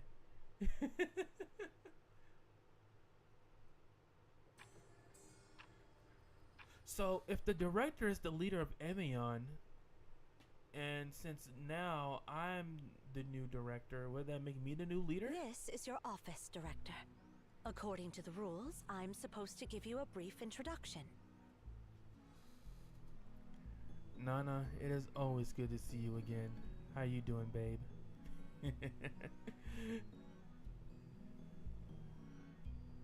Is she but I wonder who she's talking to. Is she talking to the is she talking to Tasni Senior, or is she talking to Tasni Junior? Skip the introduction. Just give me the key to the file cabinet behind the mural and the key to the safe in the hidden compartment in the floor. Oh, and the code to the gate in the hidden compartment behind the large bookshelf. God damn, this kid is just so demanding. Like, yeah, fuck the introductions. Just give me the keys and everything that comes with the position of this job, and then yeah, I'll see you later.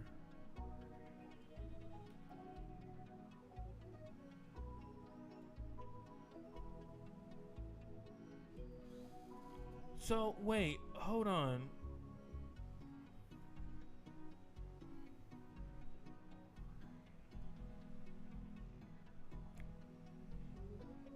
So who came? So Enki was the one who came after Cosmos, not his father?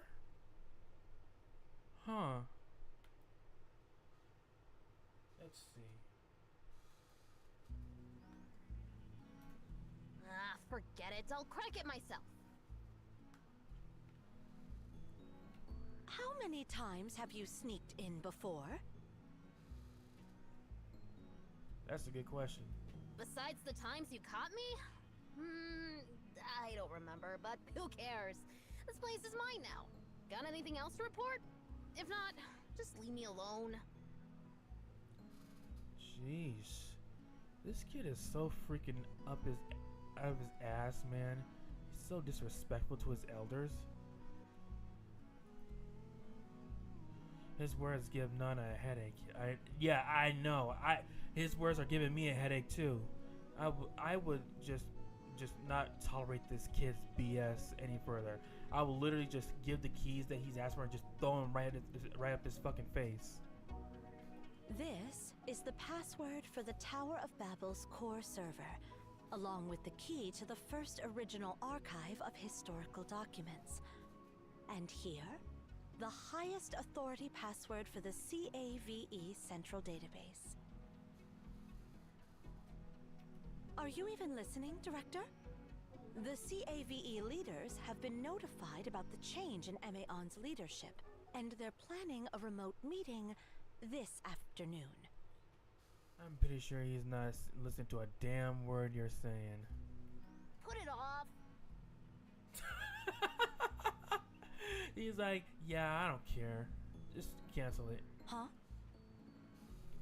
Or, better yet, you can attend in my place. I didn't become the director just to listen to those blabbering idiots. Oh my god, this guy does not even want to take the responsibilities of being a director seriously, man. I mean, he is a kid after all, so of course he's just not gonna be interested in being attending meetings like a responsible adult would be doing. Enki. Nana's voice turns cold. Oh yeah, he's about to get in earful now. We are Emeon, the mouthpieces of the gods. We are obliged to listen to the prayers of the travelers from all directions and solve their problems. This has been the teaching of the Emeon since it was founded.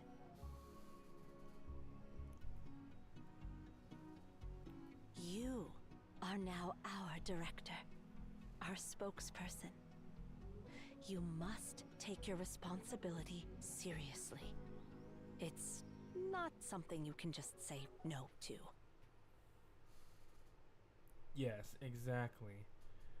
I mean, why do you think people just like going to meetings, but even though they still have to go because they're representatives? It's not like they want to. They had got to. It's their responsibility, kid.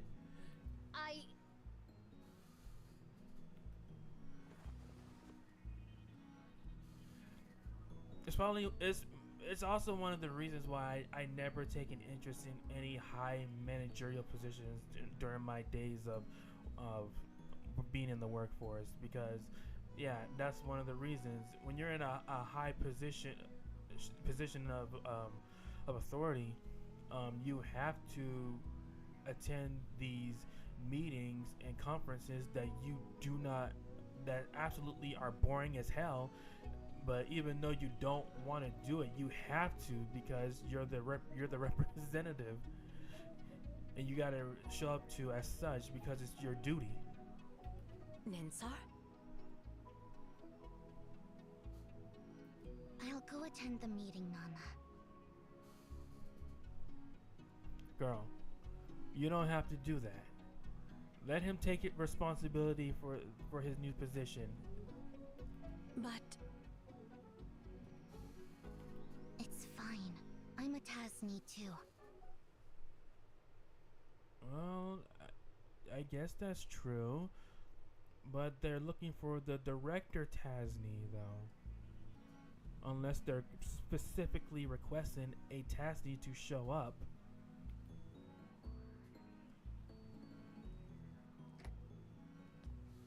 The office door opens again, and heavy footsteps enter the room. Enki doesn't even need to look up to know it is Ninsar. Back from the meeting with that bunch of morons? Anything interesting? Well, forget about those idiots. I'm about to optimize the foolproof door to version 8.0. Come and see what other questions I can add here. Okay, so he did improve the foolproof door since the last time we saw him do it. Ugh.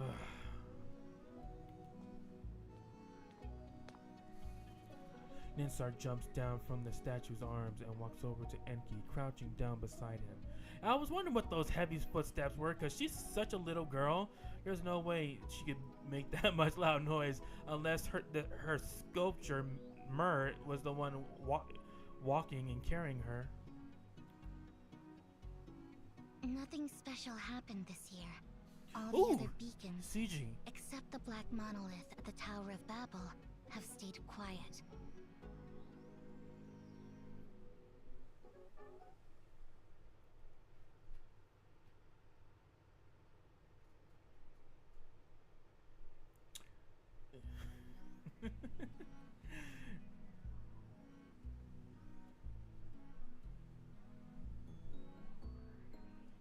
I knew it. Nana's just so stuck in her ways, to put it politely. She said she listens to the prayers of travelers from all directions when, in fact, she just wants to check for any anomaly and keep tabs on everyone around the world. Hey, at least she's doing something instead of sitting on her ass and doing nothing like someone. At least she's doing her job as part of Emeon. You're just going around just doing whatever the fuck you want.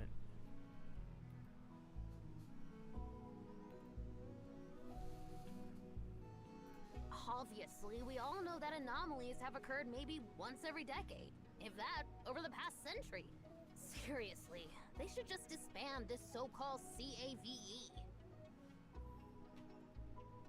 When was the last time we heard anything about Nemesis?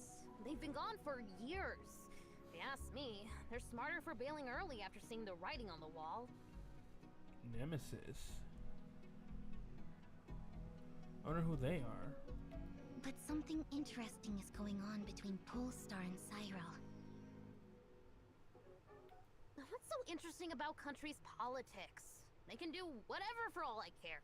It's always about famine, plague, and war. Same old boring stuff over and over again. Unoriginal and incredibly stupid. Yeah, well, those incredibly stupid things are what's going on in the adult world, Enki. But I guess you wouldn't understand because you're a bratty little kid who just wants to do whatever the fuck he wants whatsoever and ignore his responsibilities of being a director of a major freaking organization. And seriously, who appointed this kid as the director? Seriously. Because whoever did that, they made a big fucking mistake.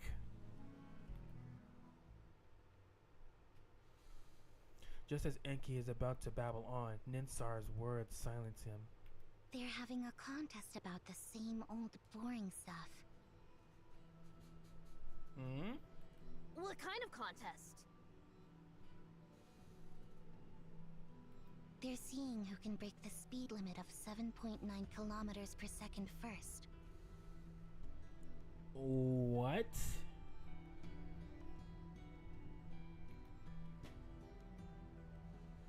Ninsar keeps her gaze fixed on Enki's face, watching for any reaction. So, who will win? I don't know. Cyril. Cyril? Who's this? Who's this Cyril person, or is it the name of an organization? How much longer till they do it? 24 years from now. What the fuck? How do you? Oh, yeah. I mean, yeah, you do know just about everything. So, yeah, you know exactly the answers of that question. Enki's hands pause, and he turns his attention inward. I guess I'll have to pick up my pace. Are you gonna finally get off your ass and actually do something? Pick up your pace for what?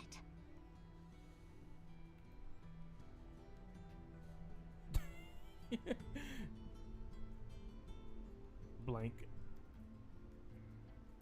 Enki pretends not to hear to hear and continues working. Answer my question, Enki. It's like I thought I told you to answer my question. Then don't ignore me again. Enki raises his head abruptly, meeting Ninsar's eyes. Or the foolproof door version 8.0, of course. Still going on about that thing? Once it's done, no one will be able to disturb me anymore.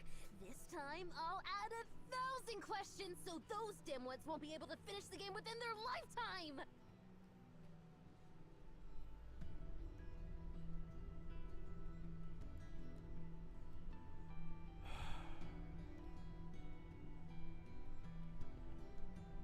Yeah, she's about had it.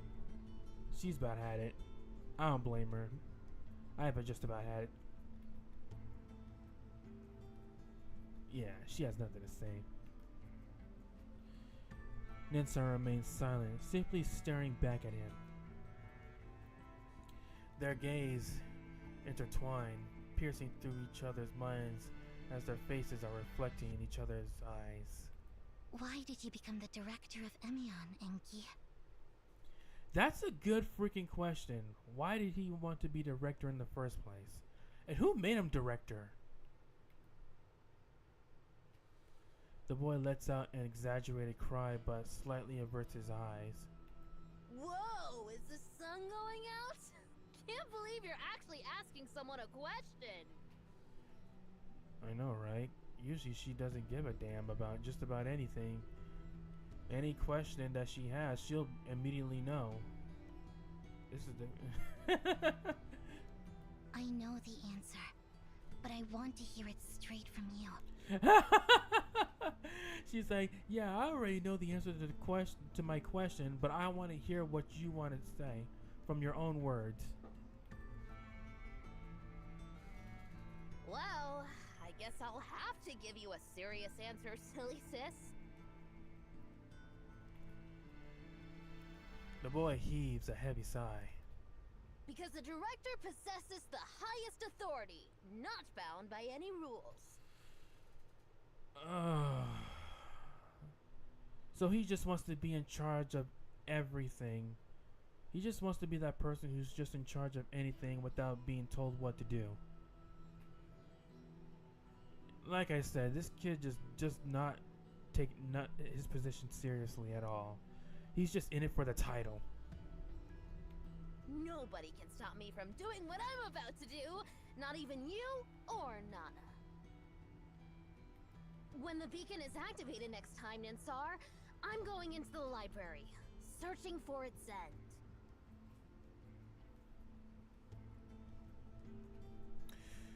Okay, I think I see why Cosmos took the mantle of the next director, because this foolish, childish, selfish little boy went in and just pretty much just neglected his director duties just so he can go inside the freaking path of no return. But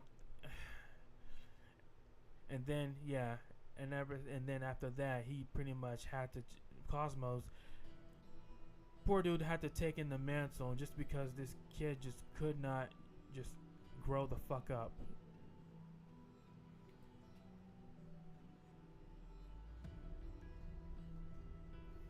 Enki extends his hands towards Ninsar, excitement brimming on his face. Finally, my journey will begin! Be happy for me, sis! Happy? What's there to be happy about? It's a place where you would never come back from. That means she won't ever see you again.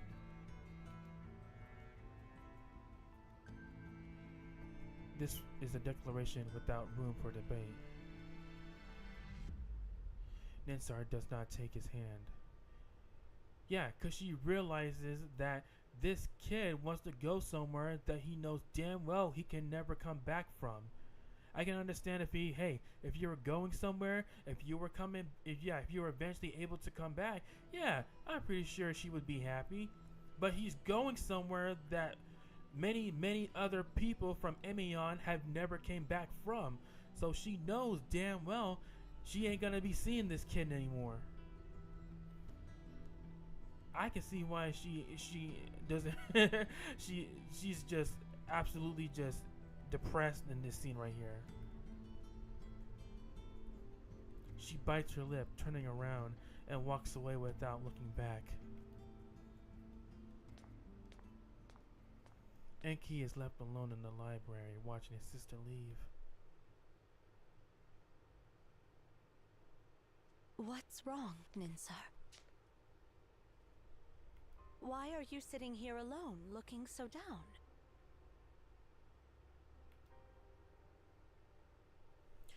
Ninsar panics and touches Nana's face.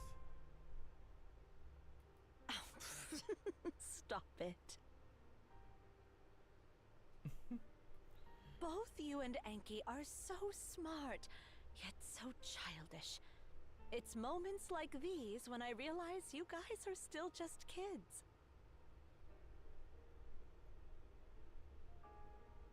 Yeah, that's very true. Yeah, even though they are so smart, so intelligent than the average child, they're so gifted at such a young age. and yet they feel probably like only people who could relate to them are each other. And yet now she's about to lose someone who she has like the only family connection left. I can see why she's so distressed. It's bad enough their father went in there. Now her last family member, and her only brother, is about to go in after him. Remember, I've watched you both grow up. I can tell when something's up, even if you're trying to hide it.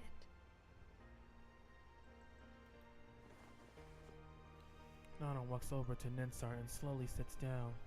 Nana. I'm here.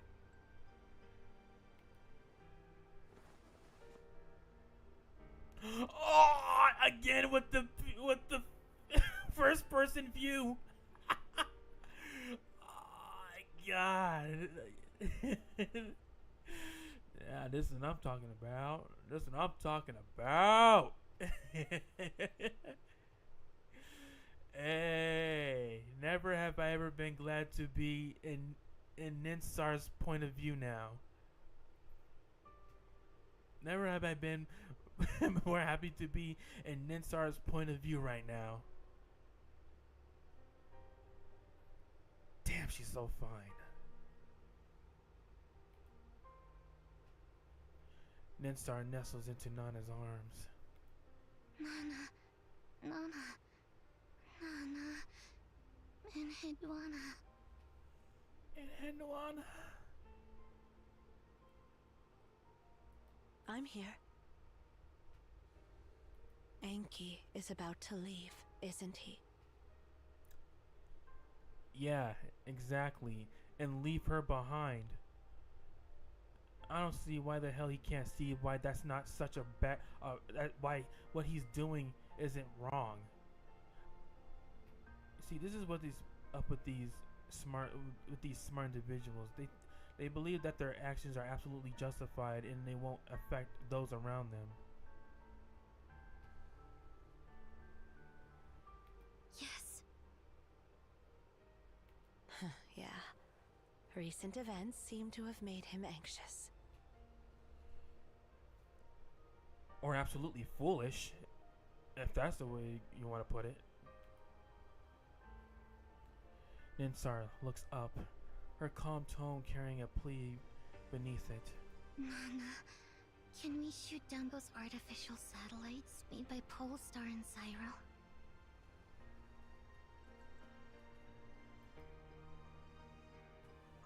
Nana gives her an incredibly warm smile. Well, if you asked me to destroy the moon, I'd be tempted to give it a shot. I wonder if she could, though.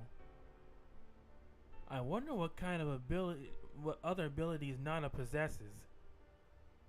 Unfortunately, we can't, Ninsar. We can't interfere with those processes.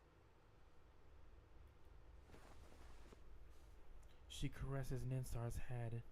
Just like we can't stop geocentric theory from being proposed and heliocentric theory from being discovered. We couldn't stop humanity from discovering that the Earth is round, or stop gravity from making that apple fall.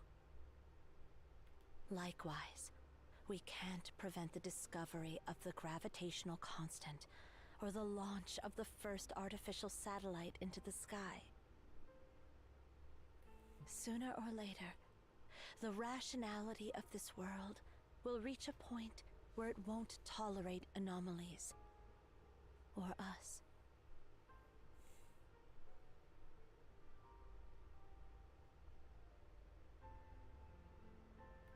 At that time, we'll quietly step off the stage for the sake of our compatriots still living in the cave. No need to be sad about it. It's an inevitable process, an unstoppable tide. Yeah, it's basically saying this is something that was bound to happen sooner or later, whether we like it or not. That's just part of part of the flow of time. If something happens that's life changing, we can't stop it, no matter how much we dislike it. It's just bound to happen. That's just how evolution is. Sleep, Ninsar. My sweet girl. Wait, your sweet girl?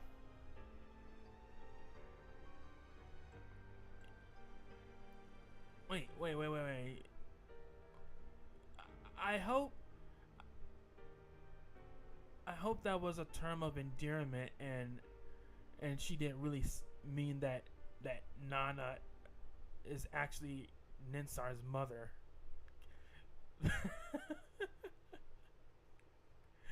Because that would be wild.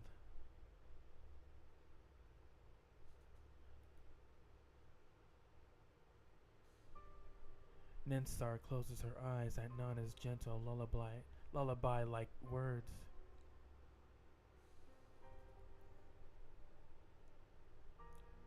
Oh, she's giving such big sis mommy vibes right now. She is not sure if she is shedding tears due to excessive drowsiness, but she did indeed feel a drop of liquid sliding down the corner of her eye. Oh. My poor, sweet girl. Sleep now. Sleep in peace.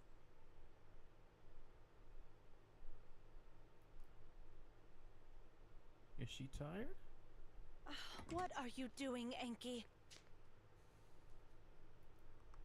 Yeah, what are you doing? Nana enters the room and sees a small figure working on a large clock. Ninsar complained to me about Sally always bothering her, so I'm making a cradle. Sally? Who the hell is Sally again? This will help Sally fall asleep. Don't treat Sally like she's some annoying cat. And wait, you're turning Ninsar's clock into a cradle? Isn't that hers? Wait. Seriously, who is Sally? Or what is Sally? But Sally is an annoying cat. She's always following us around. So Sally is the name of their cat? Okay. I guess that would make sense because they said he was modifying her clock into a cradle, so I guess that would be the right size for a cat to sleep in, I guess. Oh, fine. Nana resigns herself, knowing she couldn't dig deeper into this topic. Let's talk about something else. I just spoke with Ninsar, Enki. You shouldn't have made your sister so sad like that. And I bet he's gonna be like, nah, she ain't sad. She's never sad. Enki shakes his head with certainty. I knew it. She wasn't sad at all, silly Nana. It was sad. There you go. I read this kid so easily. This kid does not give a fuck about his sister's emotions at all. This kid is, oh my god. This kid does not know how to read the fucking room. He's way too caught up in what he wants to do. I guess that when it comes to that term, boys will be boys. This would be accurate for him. Fine. Whatever you say. Ah, shit. Actually, not the audio again. I didn't come to talk about your Hold on. sister either.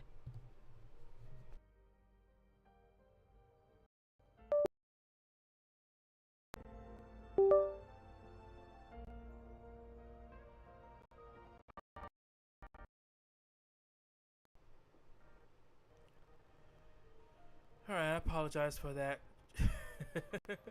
That display of choppy audio right back there. Hold on, let me see if I can replay that dialogue.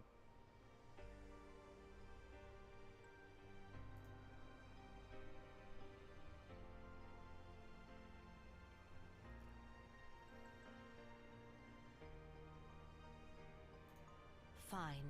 Whatever you say. Actually, I didn't come to talk about your sister either.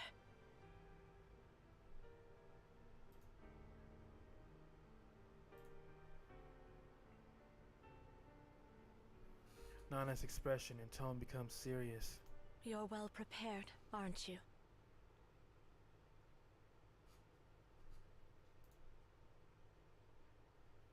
Enki freezes for a moment, then looks back at Nana with grave seriousness. I am. Are you here to stop me, Enhudwana? Just so you know, even if it's you, I won't back down this time.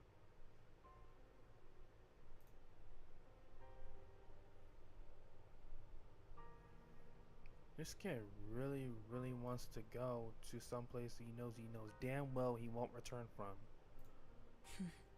Of course not. This kid obviously just not giving a rat's ass about the people in his life. Only cares about his fucking curiosity.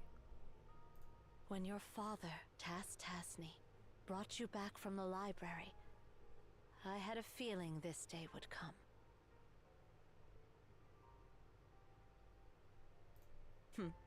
You're pretty much like him, and even more like your mother.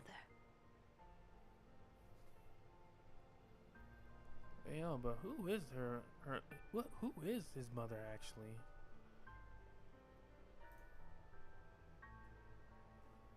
The term mother, which Nana has never spoken before, piques Enki's curiosity. Our mother? Yeah, your mother. He's like, huh? Mother? What's that?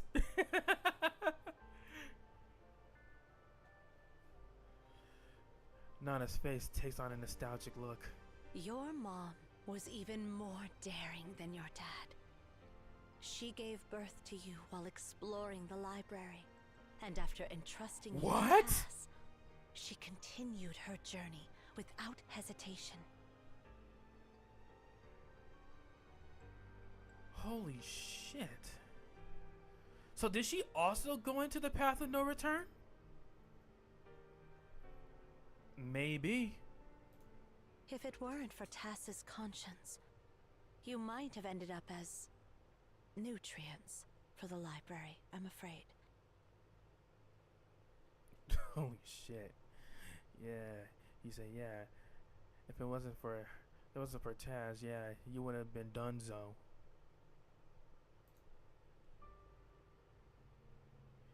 Hearing this, Enki's eyes slowly widen in surprise, as if his reflexes are delayed for the first time in his life. That's a shame. Such a shame. Why would he go back for an independent life that only inherited half of his genetic information? Because you are his son. You are his baby boy. That's why. You're his child. Is that so hard to fucking understand, kid? God damn. Is this what happens when you're just that disconnected from your parents? You just have a hard time understanding parental love? If you ask me, that's pretty fucking sad right there. That's absolutely sad. Your reaction is truly unusual.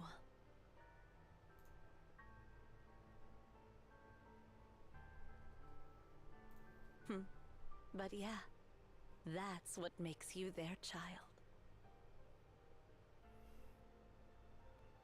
It's love, Enki. The answer is love. Exactly, and he's gonna be like, love? What does love got anything to do with it? Seems like that's the only thing that a person who wants to seek knowledge is the one thing that the concept of love is the one thing that a smart brainiac just has the hard concept of understanding. It's every single one of them. Every single one of them. It's like it's not really something that's enough to be understood. It's just it's more like something that is felt. It's something that's felt, you know. It's something that's felt inside. It's not something that can be analyzed and tested upon. His love for you overcame his faith, and his desire to ensure your survival surpassed his longing for the path ahead.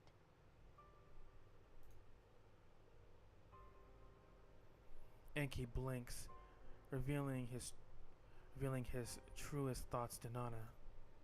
I don't get what you're saying. Are you talking about the brain's release of phenylethylamine, oxytocin, or dopamine? Oh my god, kid. Jesus Christ. Yeah, I hit the money right there. This kid does not understand the human emotion of love whatsoever. Young, and he probably hasn't felt like that towards anyone. Parents have never his parents weren't around when he was at a young age, so yeah. When it comes to the concept of love, it's a blank slate to him. Nana smiles and shakes her head. No, none of those. Remember this, Enki. No matter what, and Ninsar are human beings.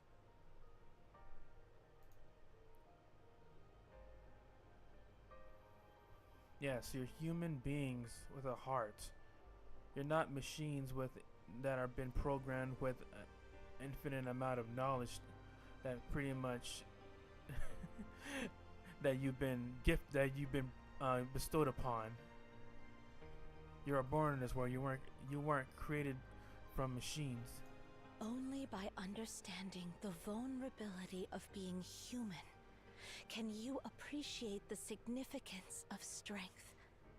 And only by knowing the brevity of life can you see the splendor of eternity.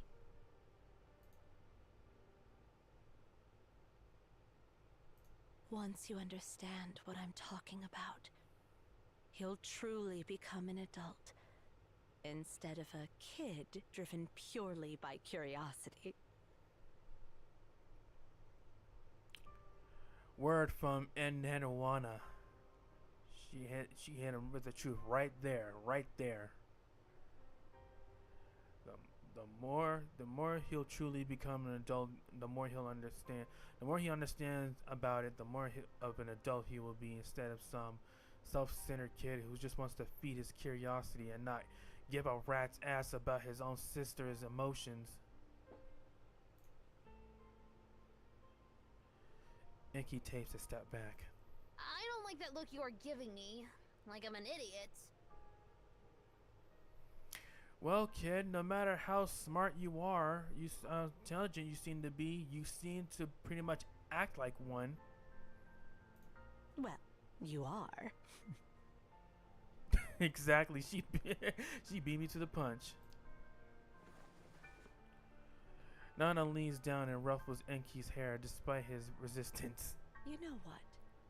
You've been calling others idiots this whole time, but you've never realized your own foolishness. Who's the real silly one here?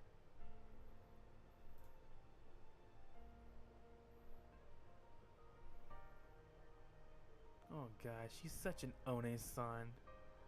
I just love her. Hey! I'm not silly. Good for me, kid. All right, you're not. Her eyes filled with love and compassion carry a hint of sadness. I've seen your determination to explore the library. Now, all I can give you is my blessing for the adventure that lies ahead. And Edwana! So, go, Enki. Godspeed, Enki. Because you're gonna fucking need it. Seriously. Good luck to you.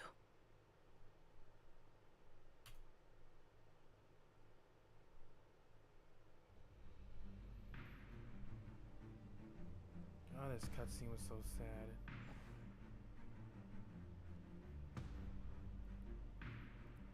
God, now the mood has been now the mood is ruined. now the mood is ruined because of this freaking selfish kid. God damn.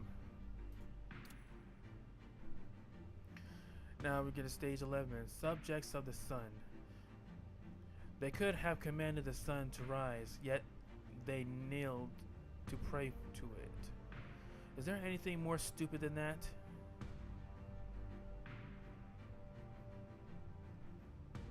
Is that an entry by Enki? That sounds like something that was entered by in Enki's words.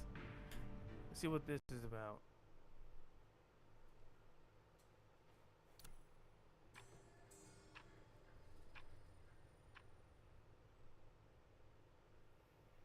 "20 years before the world calendar. I am his mentor, the 372nd director of MAN, and the greatest genius this tower has ever known, beyond the reach of all. That is, I am...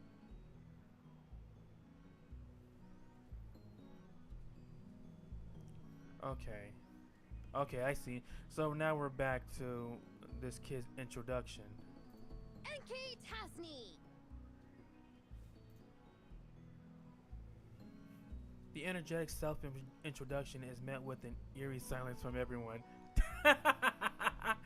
Yeah, I can already hear the crickets chirping in the background.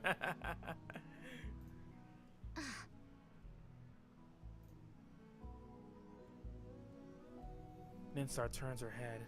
Oh, I forgot to mention.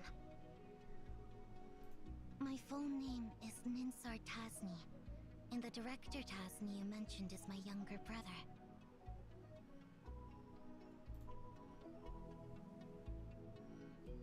Why didn't you tell us earlier? Because you didn't ask? Oh my god, why did you get such a blunt answer like that? Come on. Come on. I know we didn't ask, but still. Don't you think that would be something that we would have liked to know? Jeez, I hate when people say that. It's like, when I want to know something from them, they didn't tell me. It's like, well, you didn't ask, so whoopsies. God, I hate those kind of people. I don't give out answers unless I'm asked. I mean, I guess that's reasonable. Huh? What's up with all the silence? Why did everyone suddenly get so quiet?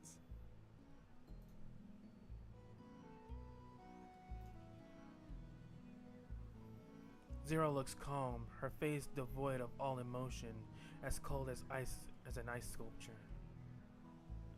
She just keeps her eyes tightly shut, not wanting to comment on this revelation. As for Arshan, she's clearly wavering inside. And I know these two are fucking pissed. All this time they're looking for someone named Tasni, and then they come across these two little children who are just way too smart for their own good, to the point they're just absolute smart asses. No way. That old man's mentor is a brat. He's a brat. Yeah, exactly. He is a brat. An insufferable one, too.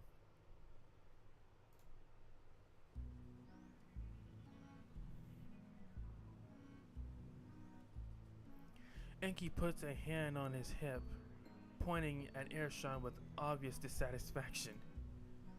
Hey! Who do you think you're talking to? You, kid. Who else? Cosmos respects me very much. Although he's a mediocrity, he's my apprentice. I can't just let your rude words slide. Okay, I'm confused now. What is it Enki who is Cosmos' mentor, or is it his father, Tassi, that is Cosmos' mentor? Or was Tassi Cosmos' mentor first before he entered the path of no return, and then Enki took over and then continued to mentor him? So I guess both of them were his mentor then? Father and son mentor. Holy shit. That's crazy. That would be crazy. She is Cosmos' granddaughter. Yeah, Cosmos' descendant. So you might want to show some respect to her, kid. Oh, I get it. That makes sense now. How does that make sense? Yeah, you get what? I'm not seeing the connection here. What makes sense now? Exactly. None of this makes sense. What are you talking about? You get it. It's pretty much like when I'm always calling Enhidwana an idiot. She's trying to show affection to me, right? No, maybe she's calling you an idiot because you're actually being a goddamn idiot. God, this freaking kid. Urgh. God, he's making me so angry. God, he just makes me want to walk over and just whack him upside the head. Enhidwana? Before I can ask who Enhidwana is, Arishan abruptly raises her voice. Who are you saying is trying to show affection to you? You brat Zero! Don't cover me now! Yeah, oh my god. Zero just went up. Is like, yeah, you can go calm down. I know you want to cuss him out, but he ain't worth the time. He ain't worth the effort. Zero covers Arishan's mouth. Sorry about her misbehavior. Yeah, do some. Yeah, I understand. Yeah, exactly. Yeah, chill, girl. You need to keep that short temperedness of yours under control. Looks like you're really getting along well. Just like us, right, Ninsar?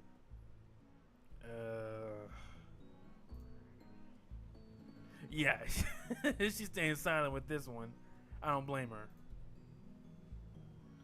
Ninsar glances at Zero and Arishan, who is trying to say something and stays silent. But then again, who exactly are you guys?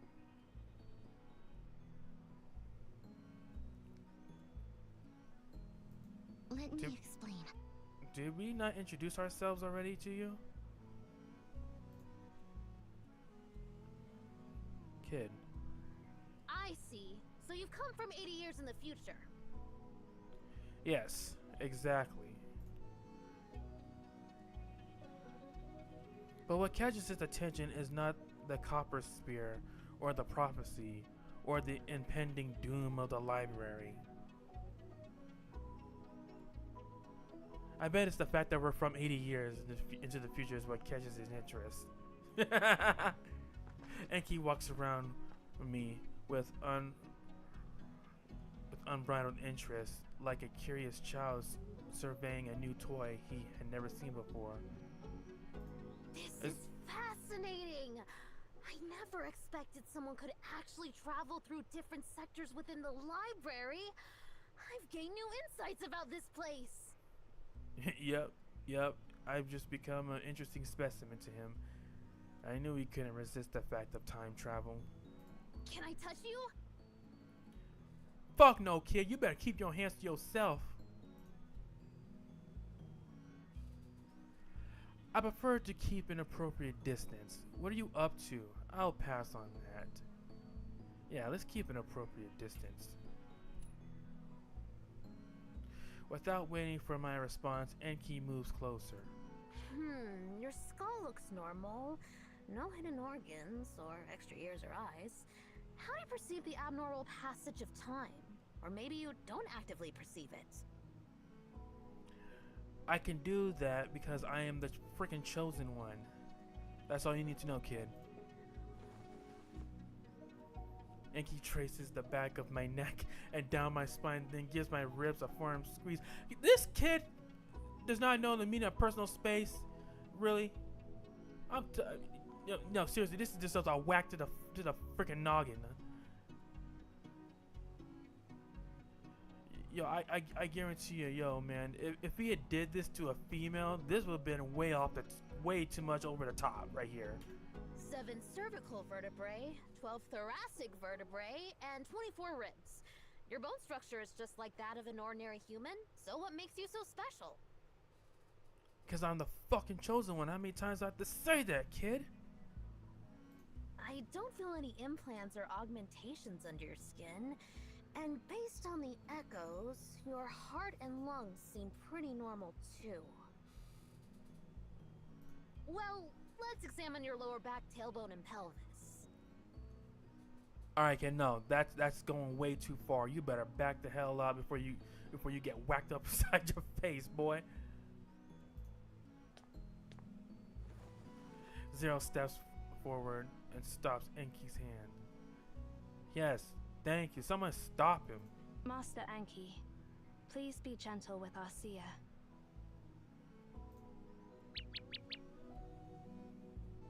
Master Enki?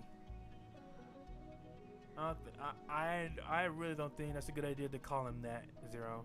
That's gonna make his ego way overinflated than it already is. Enki's eyes light up again when he sees Onchirp in Zero's shoulder.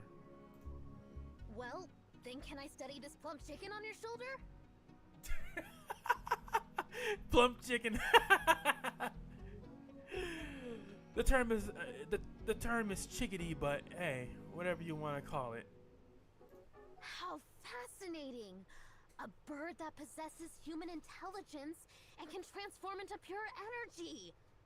What exactly are you? Can Onchirp really do all that? This is the first time I've heard of that. Chirp. Onchirp gets startled, feathers standing on end, and then disappears from sight. Looks like it won't be showing itself to Enki for a while. After a brief commotion, Enki reluctantly stops, but his curious gaze lingers. Can you show me your ability? I mean, the ability to travel through different time sectors.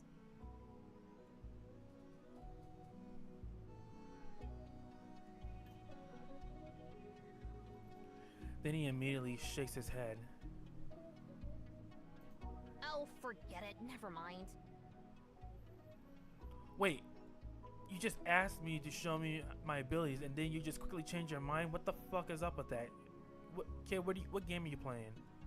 It feels like cheating if you can just go wherever you want. It's dull.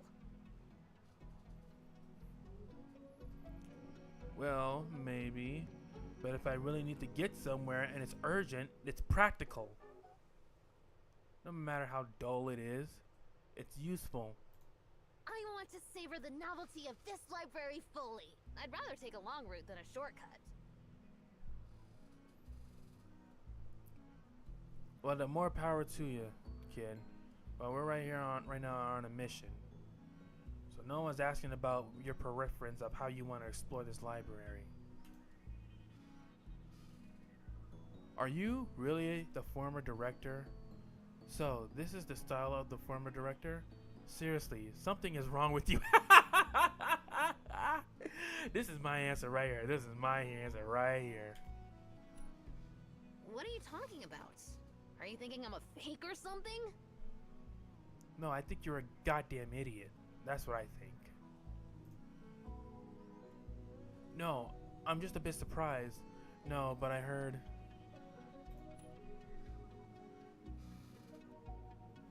I recount what I heard from Zero about Enki's remarkable achievements.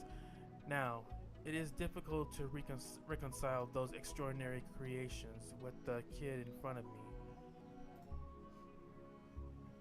Enki's face mirrors my own surprise. The truth verifier? The singularity explosion model? And the complete language? What the heck? I never made any of those. Exactly. So you're not the Tasney that we're looking for.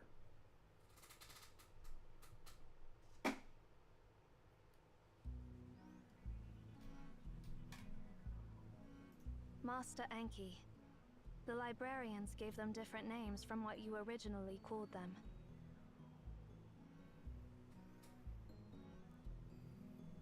The What? Truth Verifier is actually the multi-button self-regulating rhythmic hypnotizer.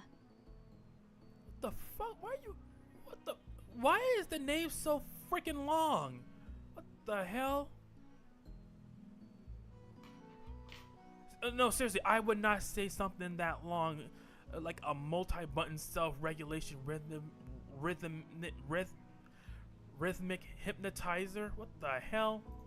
Ah, now I get it. That's a remarkable device.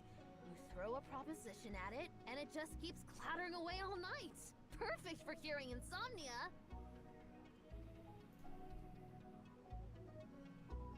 But those idiots thought it was a waste to have it by my bedside, so they forced me to hand it over.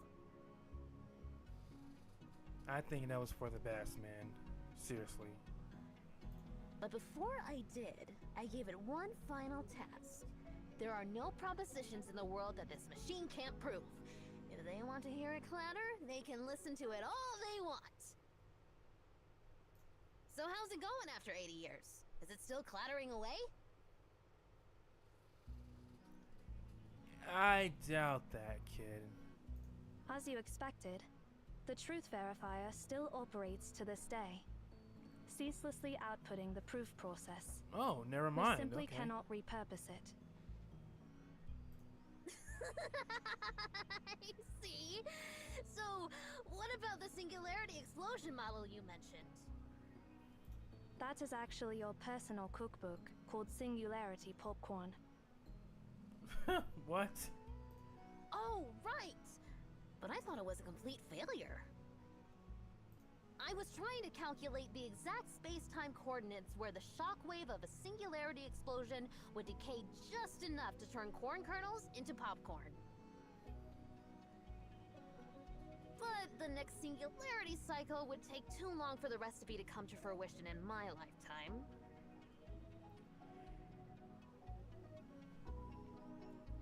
Huh. So, I took that cookbook into the shredder. Wait, did they retrieve it? Yes? Exactly. The librarians retrieved that invaluable book from the shredder. Wow. Okay. So was it destroyed or not? Because what use would it be if it's completely shredded? Seriously, I just don't understand what those idiots are thinking.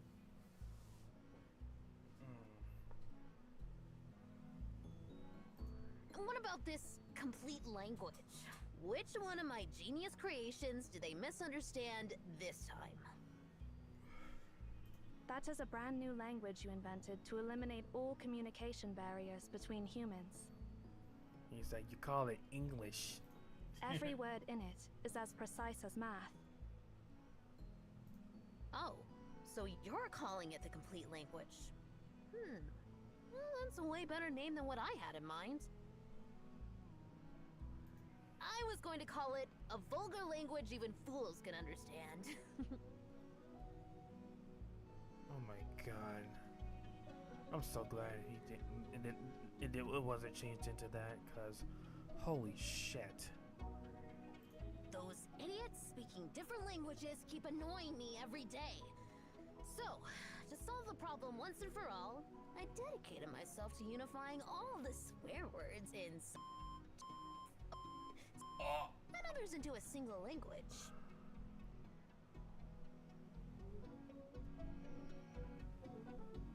What the fuck was that? What was that censorship? Holy shit. What? So Oh God. All I need to do is unleash a string of curses in that language, and anyone, anywhere in the world will perfectly understand what I mean. I'm busy, so stop bothering me and get lost! Oh my God. This kid, I swear. And the best part? It retains the emotional essence of the original obscenities!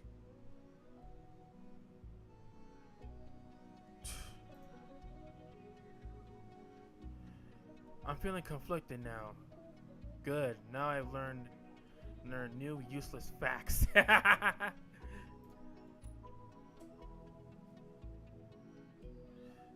Zero's like, ugh.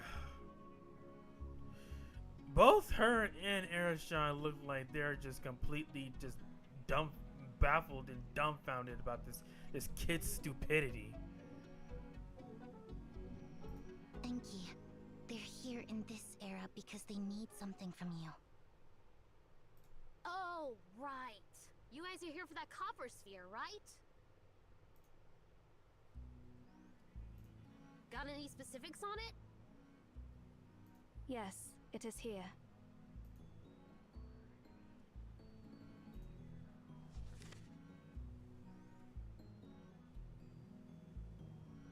Awesome! Let me take a look.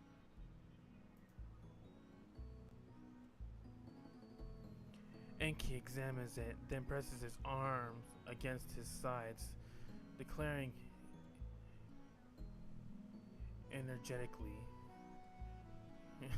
Nope, never seen it before. I have no idea what it is.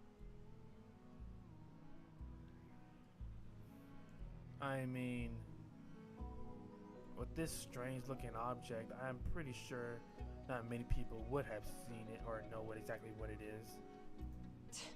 I knew we shouldn't expect much from this cocky runt. Oh, I see. So you not only admire your grandpa, but also have respect for me. Looks like your grandpa taught you well. This kid obviously cannot freaking read the room or understands fucking sarcasm whatsoever. God damn. Admire? Respect? Taught me well? Who are you talking about, you little... She's about to cuss him out again. Please just ignore her, Master Enki. It's alright. Do you recognize this, Ninsar? Okay, if anybody should have the answers to that, Ninsar should be able to. If she doesn't know what that is, I'm gonna be shocked. She's supposed to have or know just about everything and anything. You are the source of life. You fell from the heavens to the Memphis River. Your descent was meant for us and stirred ripples throughout the valley. What? At dawn, you rise in the sky. You exalt the day. You give nourishment to humanity, just as you give them life.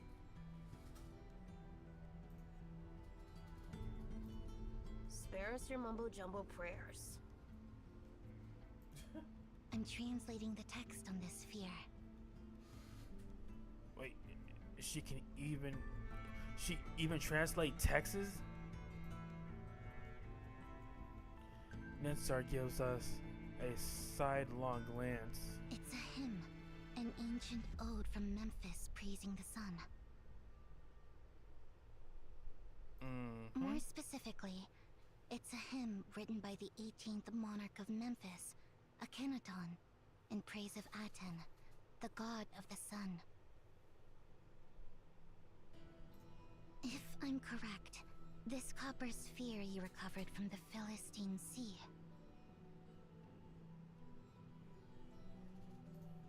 It's the god of the sun for ancient Memphis. Huh. You don't say. Yeah. Now that you mention it, I start to understand why it looks a bit like the star simulator I made earlier. I see. So basically, this stuff is a magnetically confined fusion reactor.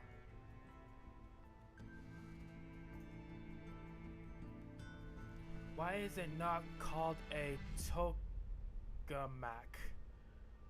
The god of the sun is a magnetically confined fusion reactor? What's up with this though? I gotta check this out. Huh? Tokamak? What is that? That's what I want to know.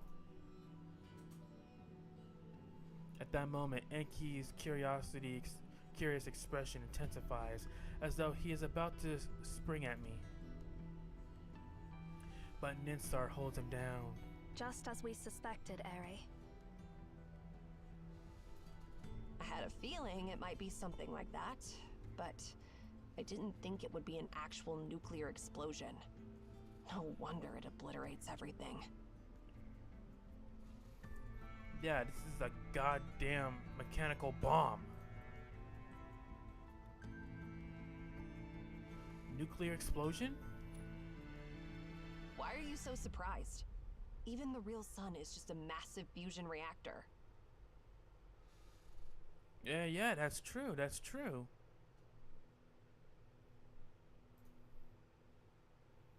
But why did it appear in an ancient time like that? Because of the beacons. The beacons, of course. They're all anomalies created by beacons. And there's more than one beacon in this world. Yeah, counting the the monolith. I wouldn't be surprised if one of them happened to fall in ancient Memphis.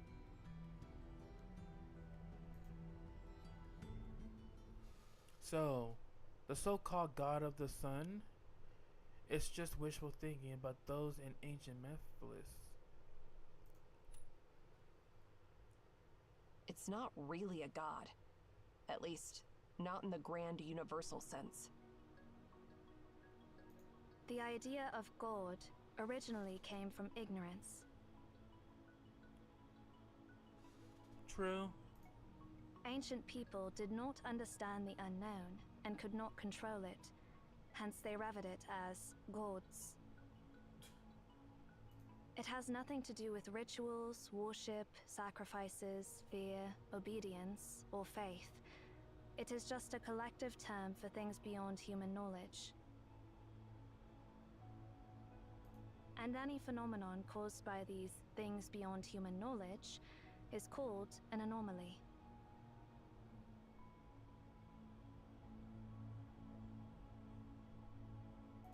Any highly advanced technology might seem like magic at first.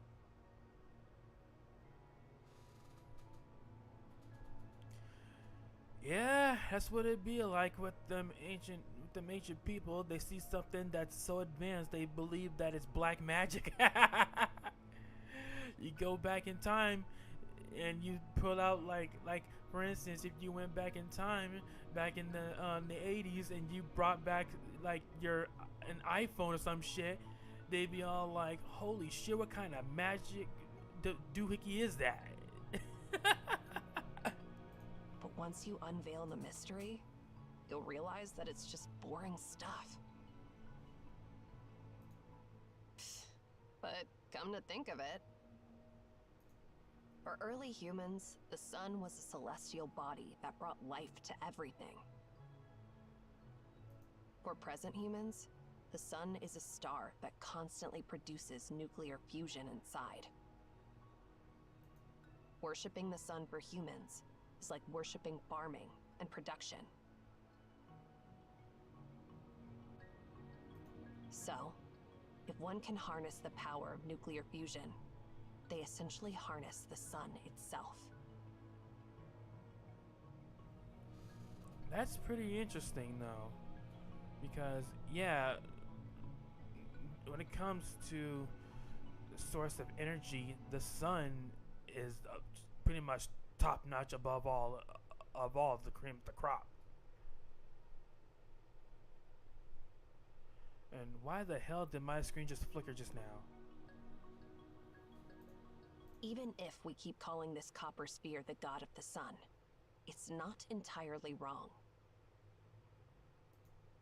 I think you're overcomplicating things. Let me simplify it for you. Imagine you throw a light bulb into an ant nest, and the ants start worshipping it as if it's a god or something. That's an odd analogy. Now, imagine that copper sphere as something left on Earth by some powerful alien, then discovered by a bunch of monkeys who end up worshipping it like a god. Okay, that's quite an interesting one right there, right? So, yeah, basically you say, hey, what if some aliens dropped something, some like alien tech from space, and then it crash landed and a bunch of cavemen discovered it, and they were so astounded by it, they pretty much worshipped it as their god.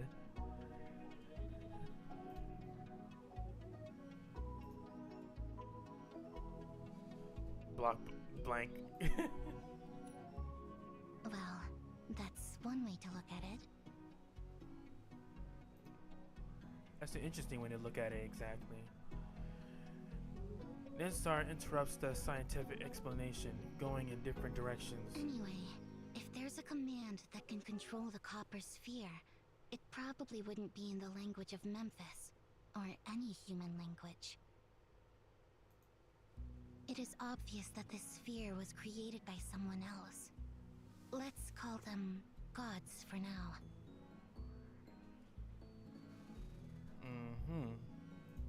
Naturally, those creators used the language of the gods, or a language completely alien to human understanding, to command their creations. Interesting. Now that's interesting. A vulgar language even fools can understand. I mean, the complete language. I didn't complete it when I ventured down the path of no return. Of course you didn't. Now, if there's a language that commands gods, then I should definitely include it in the complete language. Even gods should be able to understand the complete language. While I continue my journey, I'll help you study the sphere and this so-called language of gods to figure out the command you're looking for.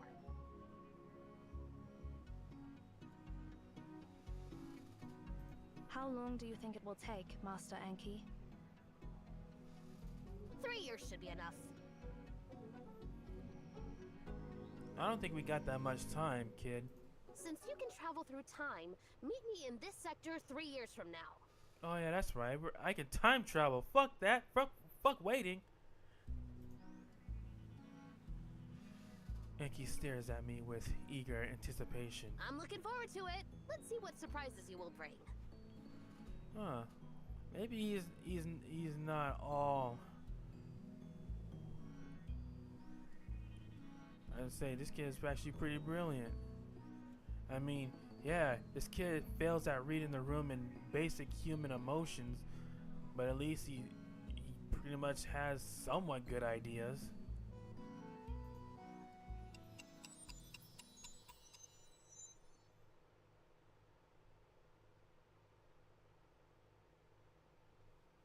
Back to the future time.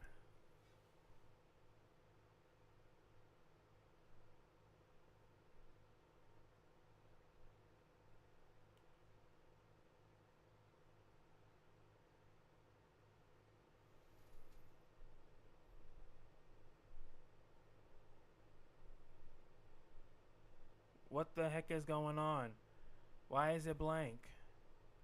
Why is it blank?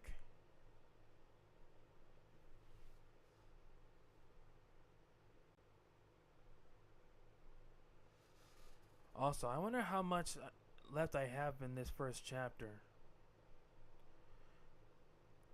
Yo, I really hope I don't have much left, because yeah, I seriously got to think about ending the stream soon, because I got to get myself, Yeah, I gotta get myself ready for work tonight.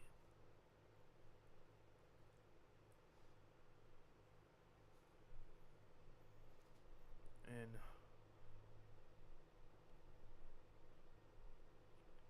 yo, what the hell? You saying I had to click it in order for it to end?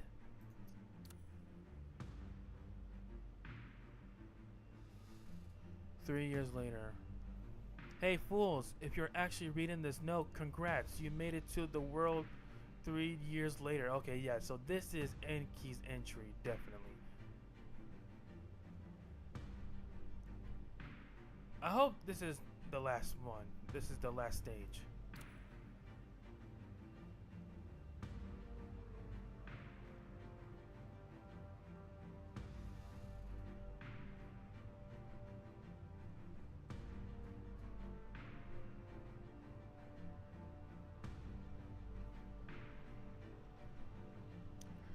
Okay, yeah.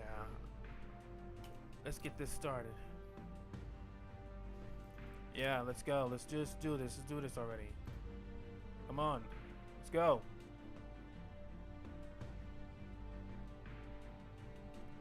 Let's go. What the fuck? Network failed.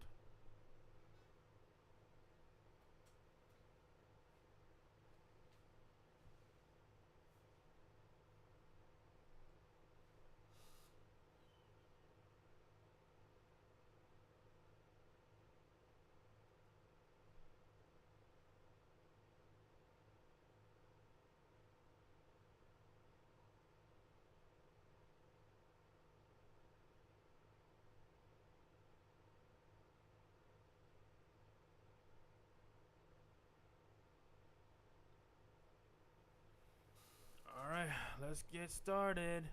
Let's get started.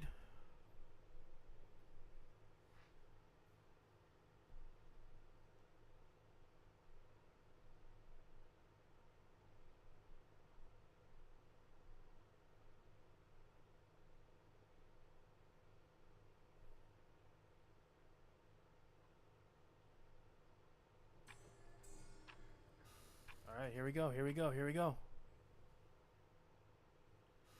20 years before the world calendar. That's it? Yeah, that's it. That's pretty much how the magic works. Yeah. Feels like nothing really happened at all. Like always. What did you do exactly? It's a secret, Erishon. I'm not sure either. Are you expecting something special? Do you have the slightest idea who you're talking to? Yes. Never mind. Okay, fine. You're just gonna drop it like that? Alright. Report in, Zero. Working on it. Something seems to have appeared on the desk.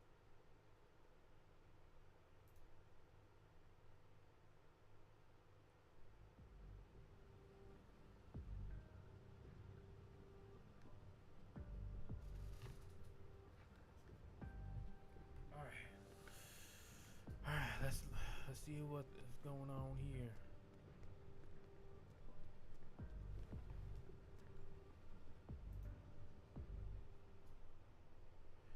We approach the desk. As expected, there is a piece of paper on it. Hey, fools! If you're actually reading this note, congrats! You've made it to the world 3 years later. I swear to God, this kid. Praise me, Master Enki, the great god of wisdom! I've sifted through all the documents I could find and translated everything about this copper ball into modern language.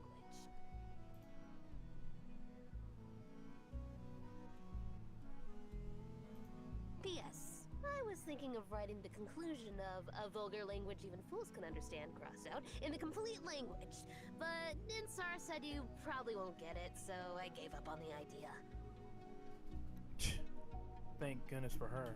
Seems like the complete language is still too advanced for humans.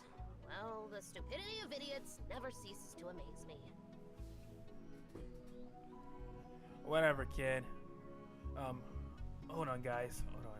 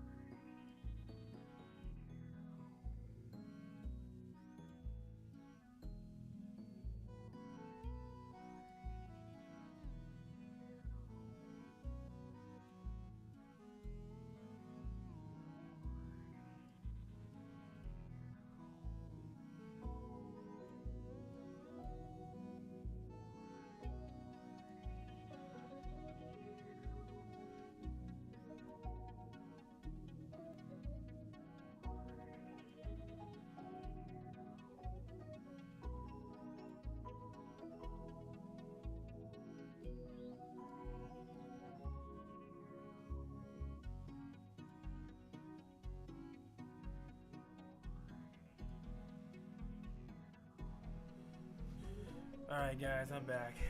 I just had to reconnect my phone because it was dying.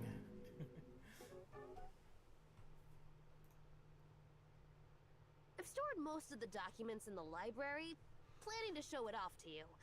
But then I realize it's not worth showing off at all. Displaying knowledge that even morons can comprehend is just plain boring. I don't care, just show us already, kid. And who knows if you'll even find that sector after 3 years. So, I just tossed it somewhere along the way. Kid, what the fuck?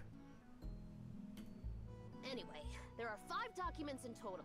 If you guys don't have anything better to do, look out for them.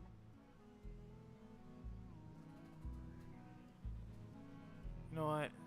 Whatever. Let's get back on track. I'm holed up in the conference room because of some emergencies. I've hidden the access to the conference room in the Hall of Keys. Grab it first and then come find me. I left some markings on the path to the Hall of Keys, so keep your eyes peeled for them. What kind of markings, you ask? Well, the kind only a genius like me can create. Don't bother looking for me if you can't even recognize them. After all, communicating with a dimwit would just bring me down to their level.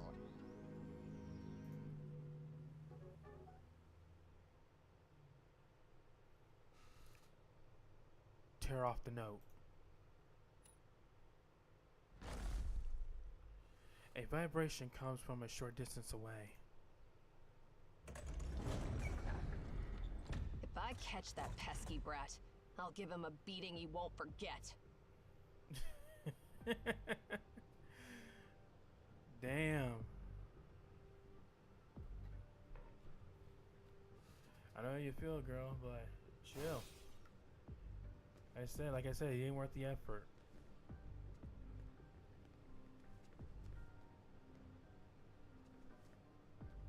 Alright, let me see if I can go here.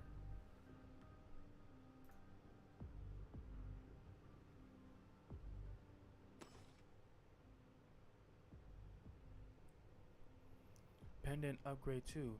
Release a chronosphere orb instantly, causes chrono burst to one target inside the urn. Okay, so it's been upgraded.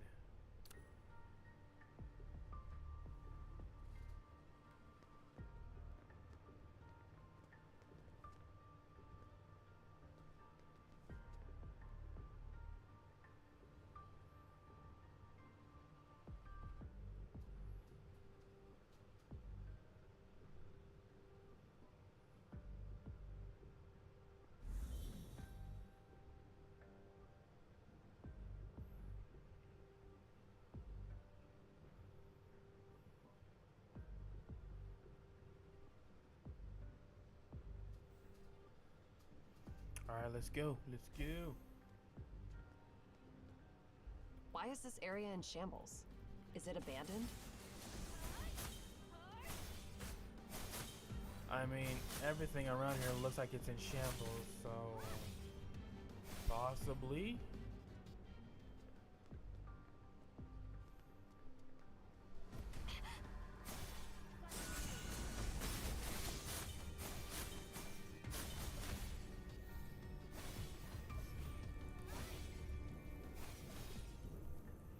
There's that spear again. So I guess I gotta go this way. Oh shit.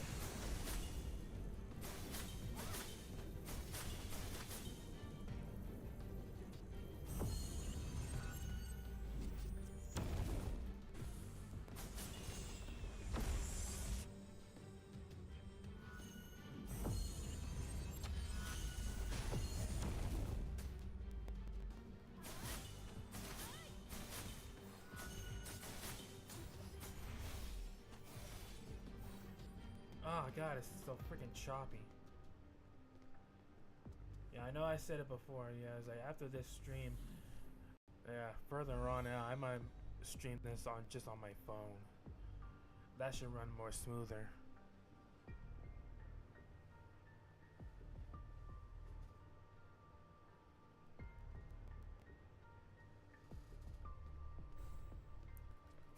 All right, let's go.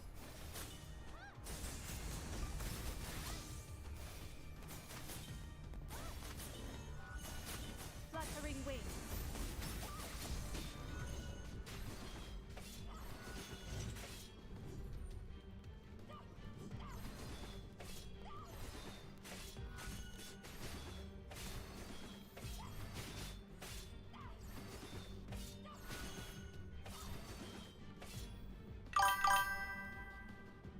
God.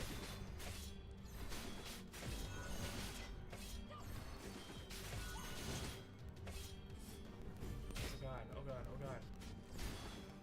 Oh, oh, oh.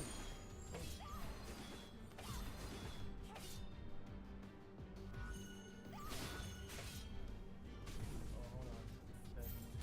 Oh, it's right here. End it all.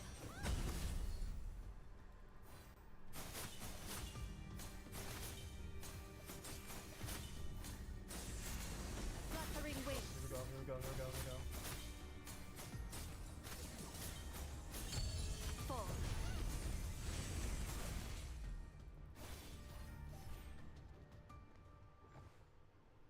Alright. Man, that was crazy.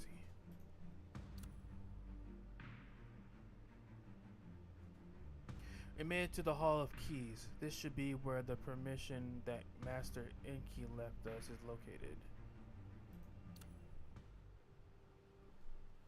That must be the marking Master Enki left behind. Let's follow it. And yeah, once again, Zero, you might want to be careful calling him Master Enki because he's already letting his position get to his head.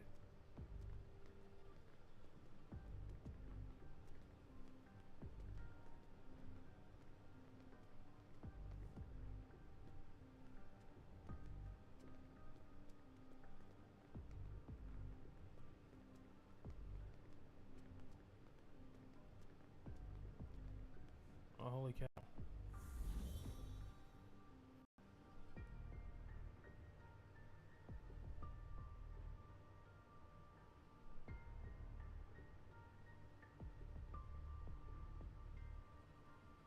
This must be the library Master Enki mentioned in his note. We should keep an eye out for the documents that Master Enki mentioned. Yeah, but in the meantime, let's look out for ourselves because we're getting jumped.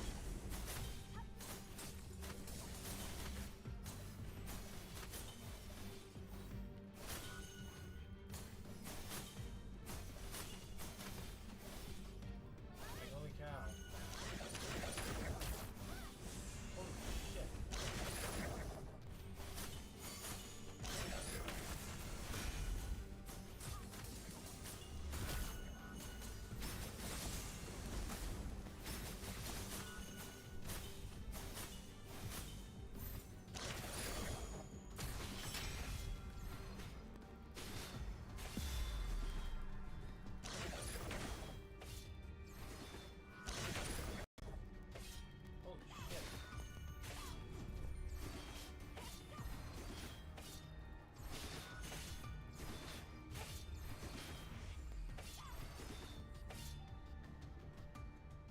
shit, hold on.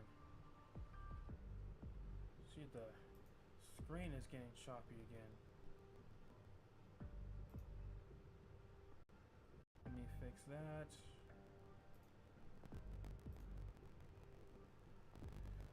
Alright, there we go. That's better. So yeah, before the everything just went kaput. Yeah, I was kicking some major ass. It's kicking some major ass.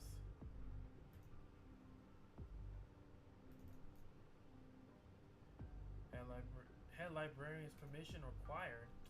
Man, some bullshit. Okay.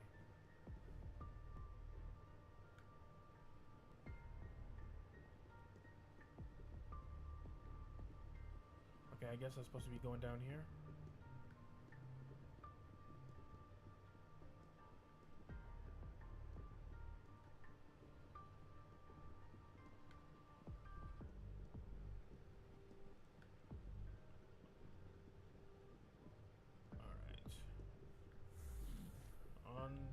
Onward.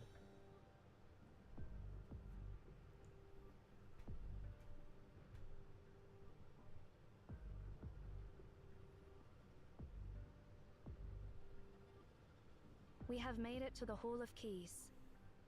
The access mentioned by Master Enki must be here. Hall of Keys, huh? Okay. Let's go. Oh, there's one.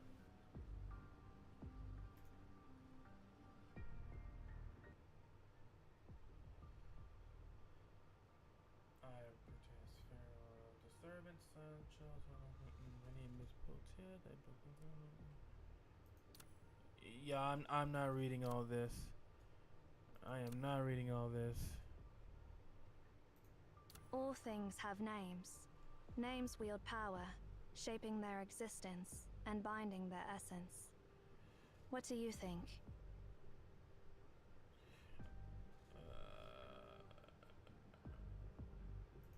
Yeah, I don't understand a word, but it's mind-blowing. I'm starting to like you even more now. But it's intriguing how humans managed to control the anomaly. The people of Memphis were truly bold. Absolutely.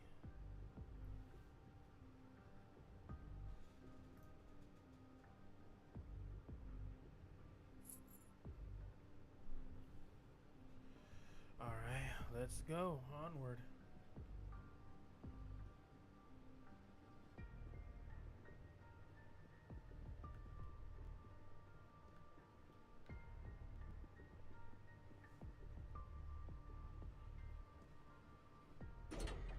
I was about to say, how the fuck do I get down there?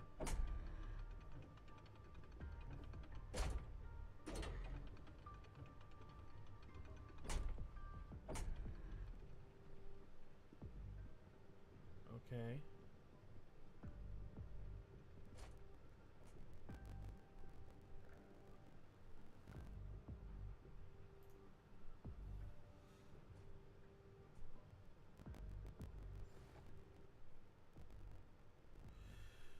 Alright.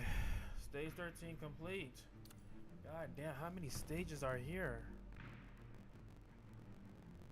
Reunion with Enki. Hey there, fools from 3 years ago. Finally, are we gonna finally run into this kid? Speaking of that, why isn't that annoying brat waiting for us where we agreed? Is he trying to hide from something? Yeah, his responsibilities. Hold on again, guys. I need to fix my microphone. It's acting choppy.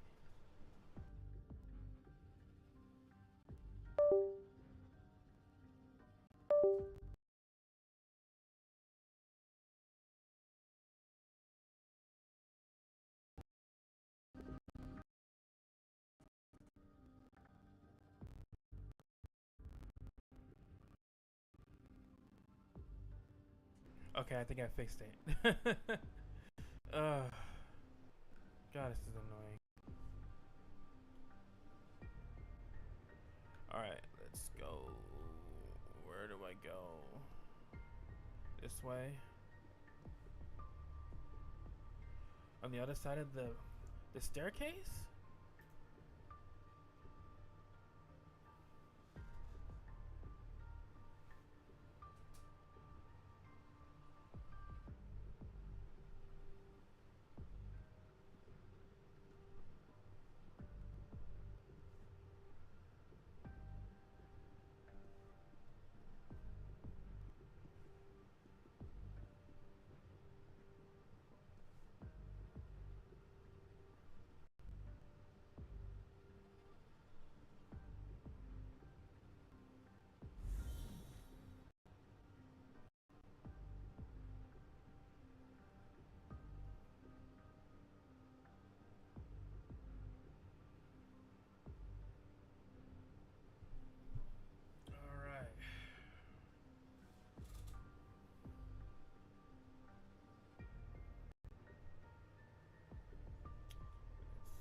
Finish this.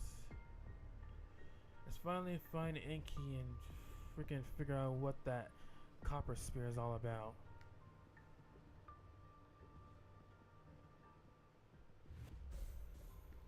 Ah, goddamn. Hold on, I need to kick some ass first.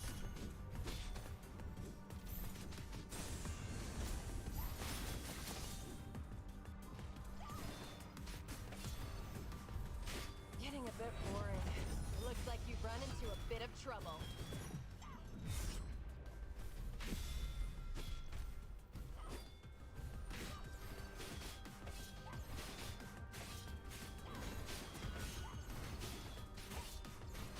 Oh shit, hold on.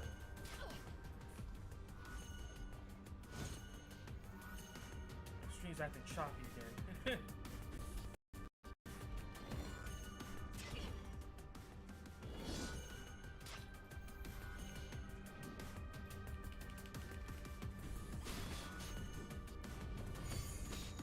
Compared to the human, only this.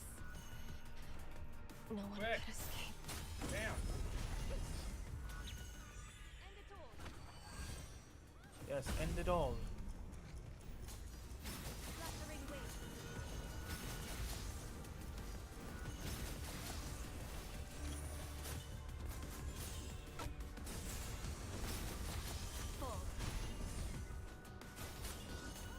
Is this what pain feels like? No, that's such a. I guarantee it's The far much conference worse. hall is just below. Let's keep moving.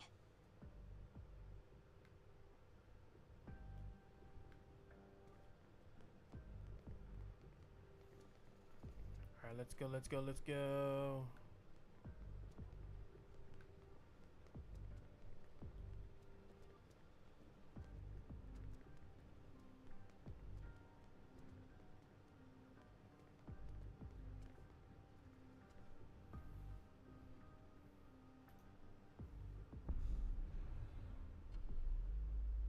Finally, we're almost to the conference room.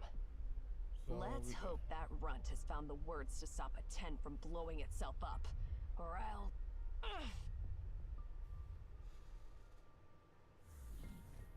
I mean, he spent 3 years decoding it, so he better have found it out.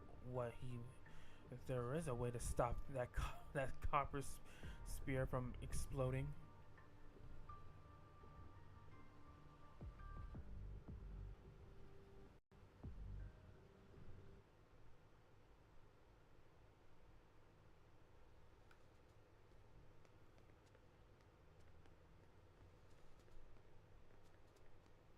Yo, why the fuck does this look like a freaking boss stage? Oh, there he is. Hey there, fools from 3 years ago. Since you've made it here, you must have found the instructions I left behind, right? Did you collect all 5 documents? Yeah.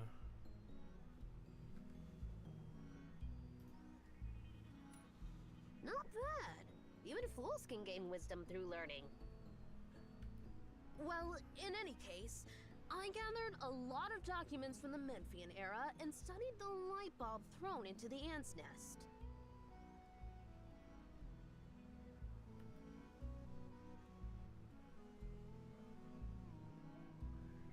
light bulb.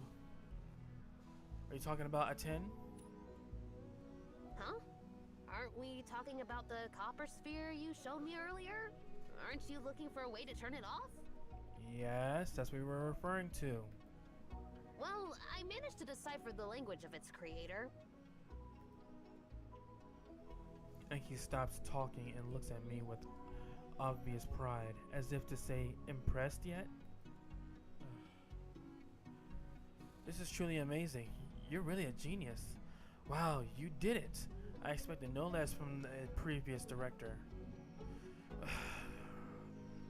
Both of them are just absolutely insufferable, that are just gonna stroke this kid's ego even more. But I gotta do what I gotta do. I am not calling him a genius. You can be quite flexible sometimes. You're starting to impress me.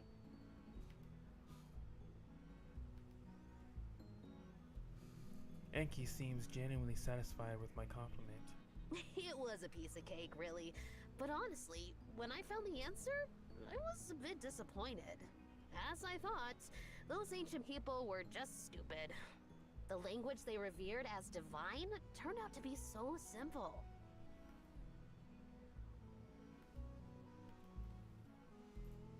Well, let me start from the beginning. Thousands of years ago, there was another beacon in Memphis, and it created an anomaly that enveloped the entire city of Akedaton, turning it into perpetual night. Damn. You don't say. It's crazy. The only source of light in Akedaton was a metallic sphere that emanated light and heat non-stop, just like the sun. So is this the same copper sphere that was created? Amenhotep, the 18th monarch of Memphis, honored it as the god of the sun.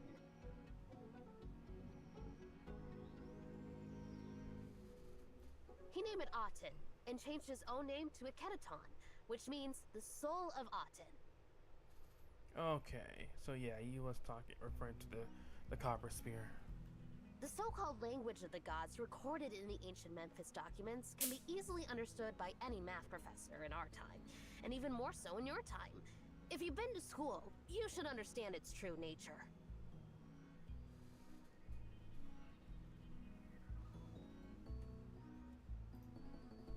In the Memphian language, Aten is referred to Aten, where A stands for 0 and 10 stands for 1. Okay. In their literature, all prayers related to Aten consist of only these 2 syllables.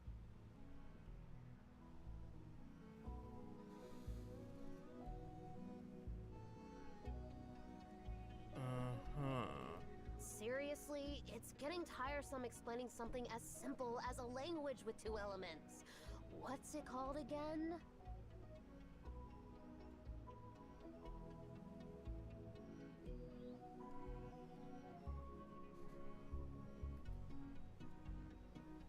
Binary, of course. Could you please explain in details ingenious Master Enki? I tell you one thing, I'm not calling him ingenious.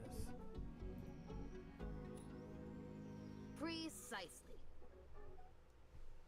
The language of the god? Yeah, what is the language of the god? It's binary! Yes.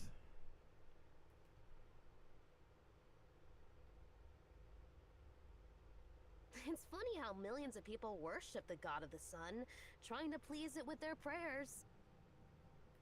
But in reality, the god was waiting for them to give it commands. It responded not because it was happy, but because they happened to stumble upon the correct code. I see. I delved into your era over the past 3 years. Of course, mostly with information provided by Ninsar. It makes me laugh whenever I think about Akhenaten's capital city. It must have been like a keyboard, with each prayer being a key. Yeah, speaking of Ninsar, where is she? Countless people spent decades typing away, finally stumbling upon a few valid commands, which they carefully transcribed and preserved as oracles.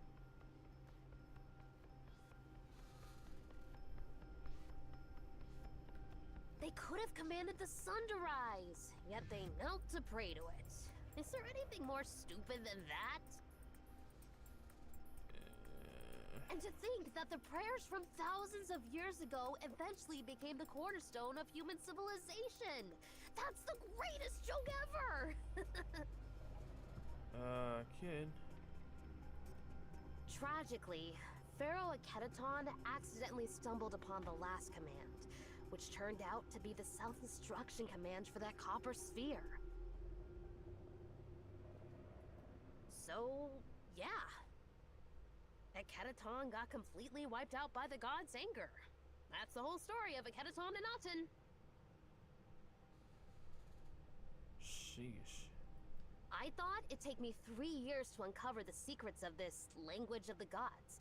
Turns out, it only took me 3 days. No, at most 3 hours.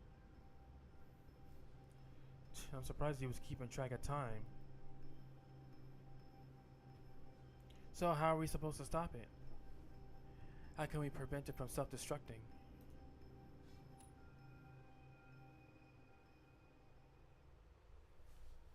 Enki's face scrunches up in a sour expression. That's About not that, good. Yeah. well, you know. No, I don't know. Let's not dwell on that for now.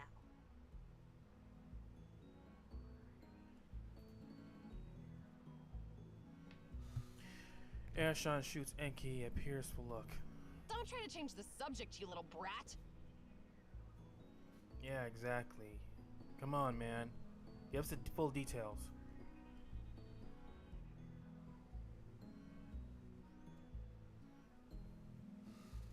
Zero glances around. Speaking of which, Master Enki, where's Lady Ninsar? Yeah, that's exactly what I was wondering. Oh, right! Since I've given you so much information, it's time for a little favor in return. Oh my god, it better not be a freaking retrieval mission in order for me to find her. You've gotta help me before I tell you the divine command to stop the sphere. Fair deal, right? Jesus Christ, man. Seriously?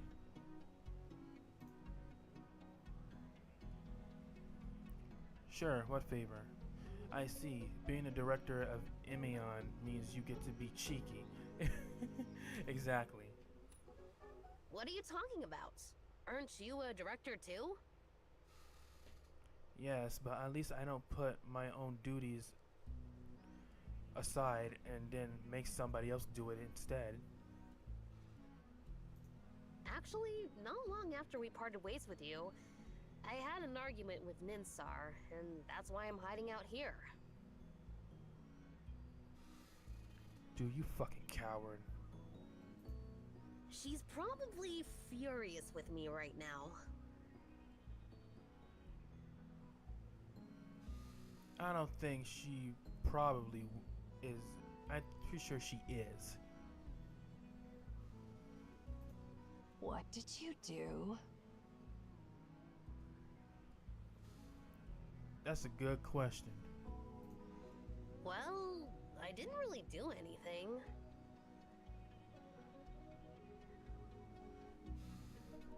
Don't lie, kid. Don't lie. Here's the deal. Ninsar has a grumpy cat.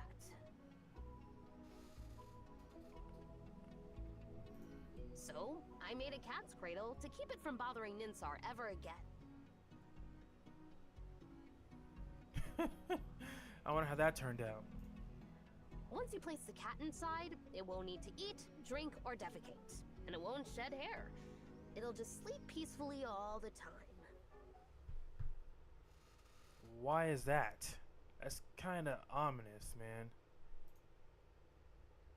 Are you trying to put the cat in eternal slumber or something? Exactly. Are you talking about a perpetual hibernation pod?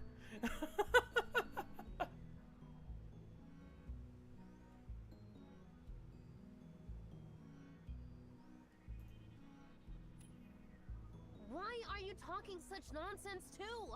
It's a cradle! A cradle! Just a regular old cradle to make the cat sleep peacefully. I doubt it, kid. I doubt it, kid. And what happened then, Master Enki? Yeah, what did happen?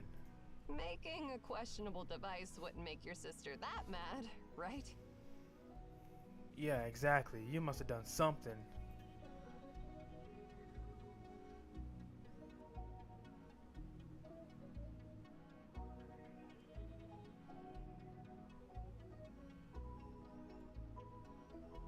Well, Inkia versus Gaze. the thing is, I made that cradle using a clock she had restored.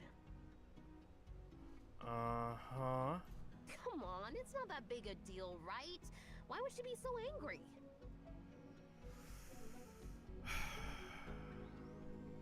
It was her clock, man. That's why. I told you. I said it once, I said it again. This kid fails to understand the emotions of his own freaking sister.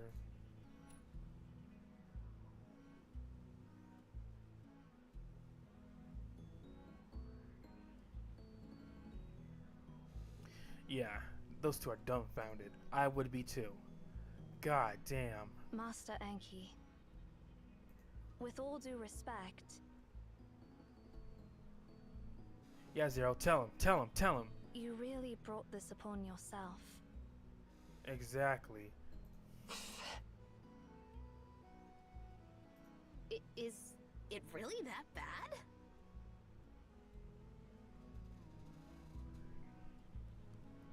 I swear, this kid's a lost cause, seriously. He may be a brilliant, genius. I will admit that. This kid's gifted. This kid is absolutely a gifted genius. But when it comes to understanding human emotions, yeah, he falls completely last place. Hey, you! Is it seriously that bad? Yes. I'm not sure. Pretend not to, to hear his words. Ugh. She was furious when she found out. She even tried to stuff me in that cradle. Damn. Holy shit. I wonder what that would that would have been funny as hell to see. I managed to run away and ended up completely separated from her.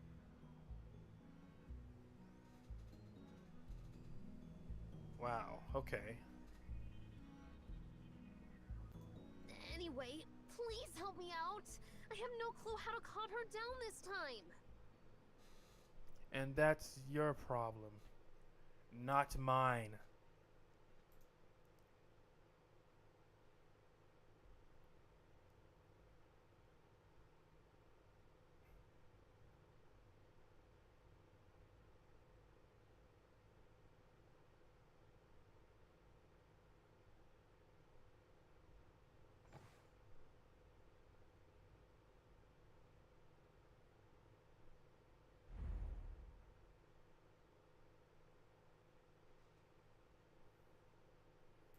Oh my god, how many stages do we have left? God damn. Okay, good. Good. Maybe this is the last one. Because this is a cutscene.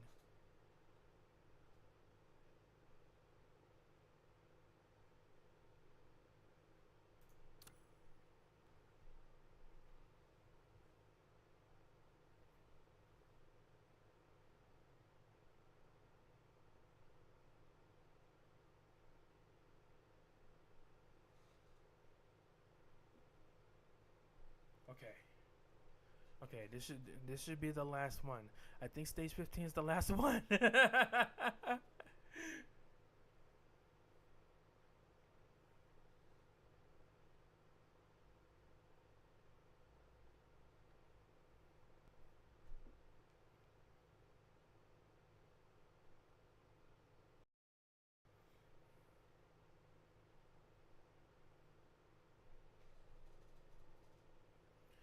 Oh my god, it's getting so late. How long? I've been on the stream for like 3 hours now.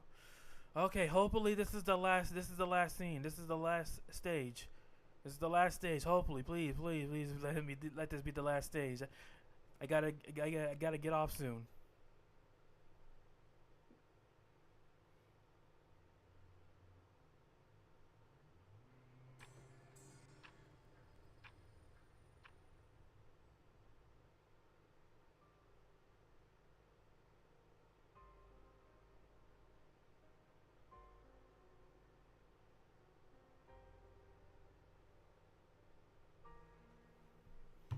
I can't remember which philosopher said this, but only the ignorant can marvel at the wonders of creations. But what of the omniscient? Will they never be able to experience the indescribable splendor of the world? Perhaps due to being born in the anomaly known as the Library of Babel, she is gifted with eyes that see through all things in the world. From the moment of her birth, she has seen through all the answers of this world. To her, this world is transparent, holding neither unknowns nor surprises. Those born on the summit can never truly understand the joy and adventure as they ascend the peak. Knowing the answer to everything, she is haunted by the feeling of infinite emptiness. The splendor of this world has reached billions of years ago in an instant, a mere fraction of time. Everything exists today is but the aftermath of that explosion, a fading solace. The humans would exhaust their lifespan at reaching the gate of truth. No matter how much they struggle, and the outcome won't change. She does not expect too much from something with distance that will soon fade away.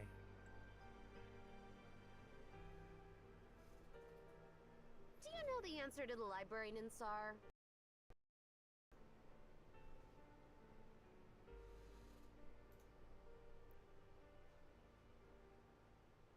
I believe I've answered that question many times.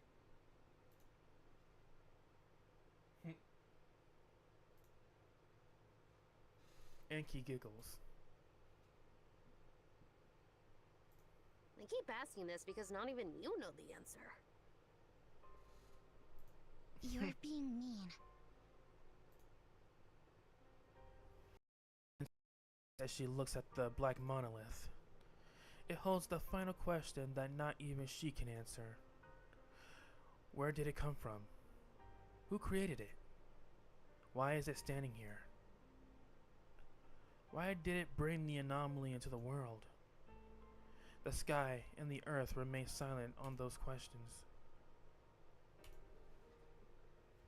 Anomaly, what an exquisite name, a medium of divine revelation, a phenomenon beyond the laws of nature. Ninsar feels that way. Perhaps the first human on this planet gained wisdom not by staring up at the stars, but by gazing at this black monolith. It is not a miracle, it is a god in itself. The transformation of matter and energy within the library occurs without any loss, and even entropy can freely reversed. Well, can be freely reversed, I mean. Ah, shit. All the answers Ninsar knows do not apply to that place. It is another universe with vastly different logic. Is that universe also attempting to answer these questions in the method of exhaustion? She does not know the answer. All she knows is that humans who can't even reach the gate of truth in their own world will never reach. Their exploration is futile, utterly worthless, a pointless journey, destined to yield no answers. But why? Why are there still people who embark on the path of no return? That is a very good question. I want to know why our father embarked on the path of no return. Ninsar stays silent when Enki posed that question. It wasn't that she didn't know the answer, but rather the answer was all too obvious. Therefore, it was but rather an answer that Enki gave to her. It is a yearning for knowledge. The desire for knowledge is the innate instinct of all intelligent beings, and none can escape its dominance. In a sense, the library is more like an insatiable beast.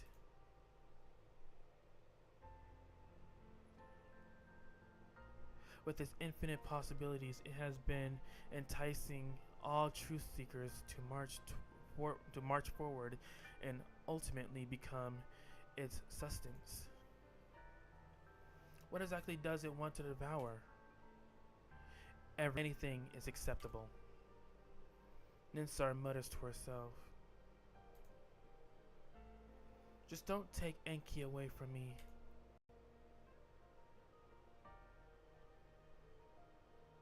I guess I'll have to pick up my pace. Pick up your pace for what? She knows she shouldn't ask the question. She already knows the answer. Yeah, she already knew the answer deep down, but she still wants to hear it for herself, even if it would only end up distressing her. Only in these moments does she truly recognize the human flaws that still reside within her. Anomalies are existence abandoned by the world, or more precisely, something more forgotten by the world known to mankind. As humanity's knowledge of those greater and more perfect, irrational things will be forgotten. With the passage of time, the beacon has been activated less and less frequently, and many anomalies have become myths and legends. She has seen the future. The rockets manufactured by the Republic of Serial have already surpassed the escape velocity, and in 2 more years, Polestar will achieve the same. The first man-made satellite is about to break into the atmosphere, and the age of the astronomics is approaching. Near-Earth orbit will soon become as crowded as a highway. Then when sunlight within the vacuum is reflected in the camera, myths and the eras associated with them will fade away forever. Yggdrasil will. The giant elephants, the tortoises that carry the earth will die, and the sun will no longer carry by boats. The sun will no longer be carried by boats or carriages. The shape of the world will henceforth remain a sphere eternally. As the unknown becomes known, humanity retains only one way to explain the universe, and the rest will become legends. The library will soon completely close. The world of increasing entropy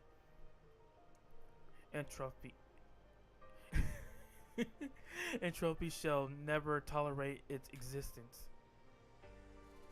The unknown will remain unknown. The mountain where the gods reside will no longer allow anyone to climb it. Wouldn't this be an urgent call for the child aspired to such?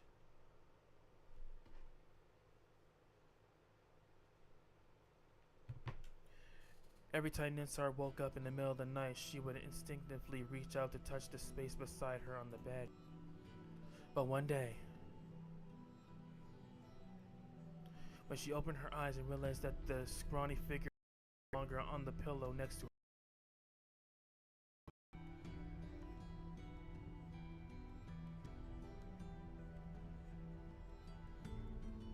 God damn, what's going on? When the tower was no longer filled with his laughter. God damn, why is it loading all of a sudden?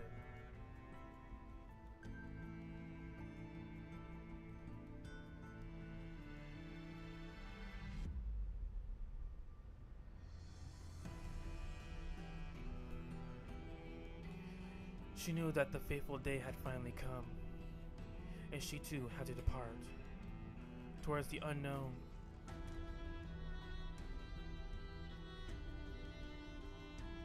So, you're the successors from the future.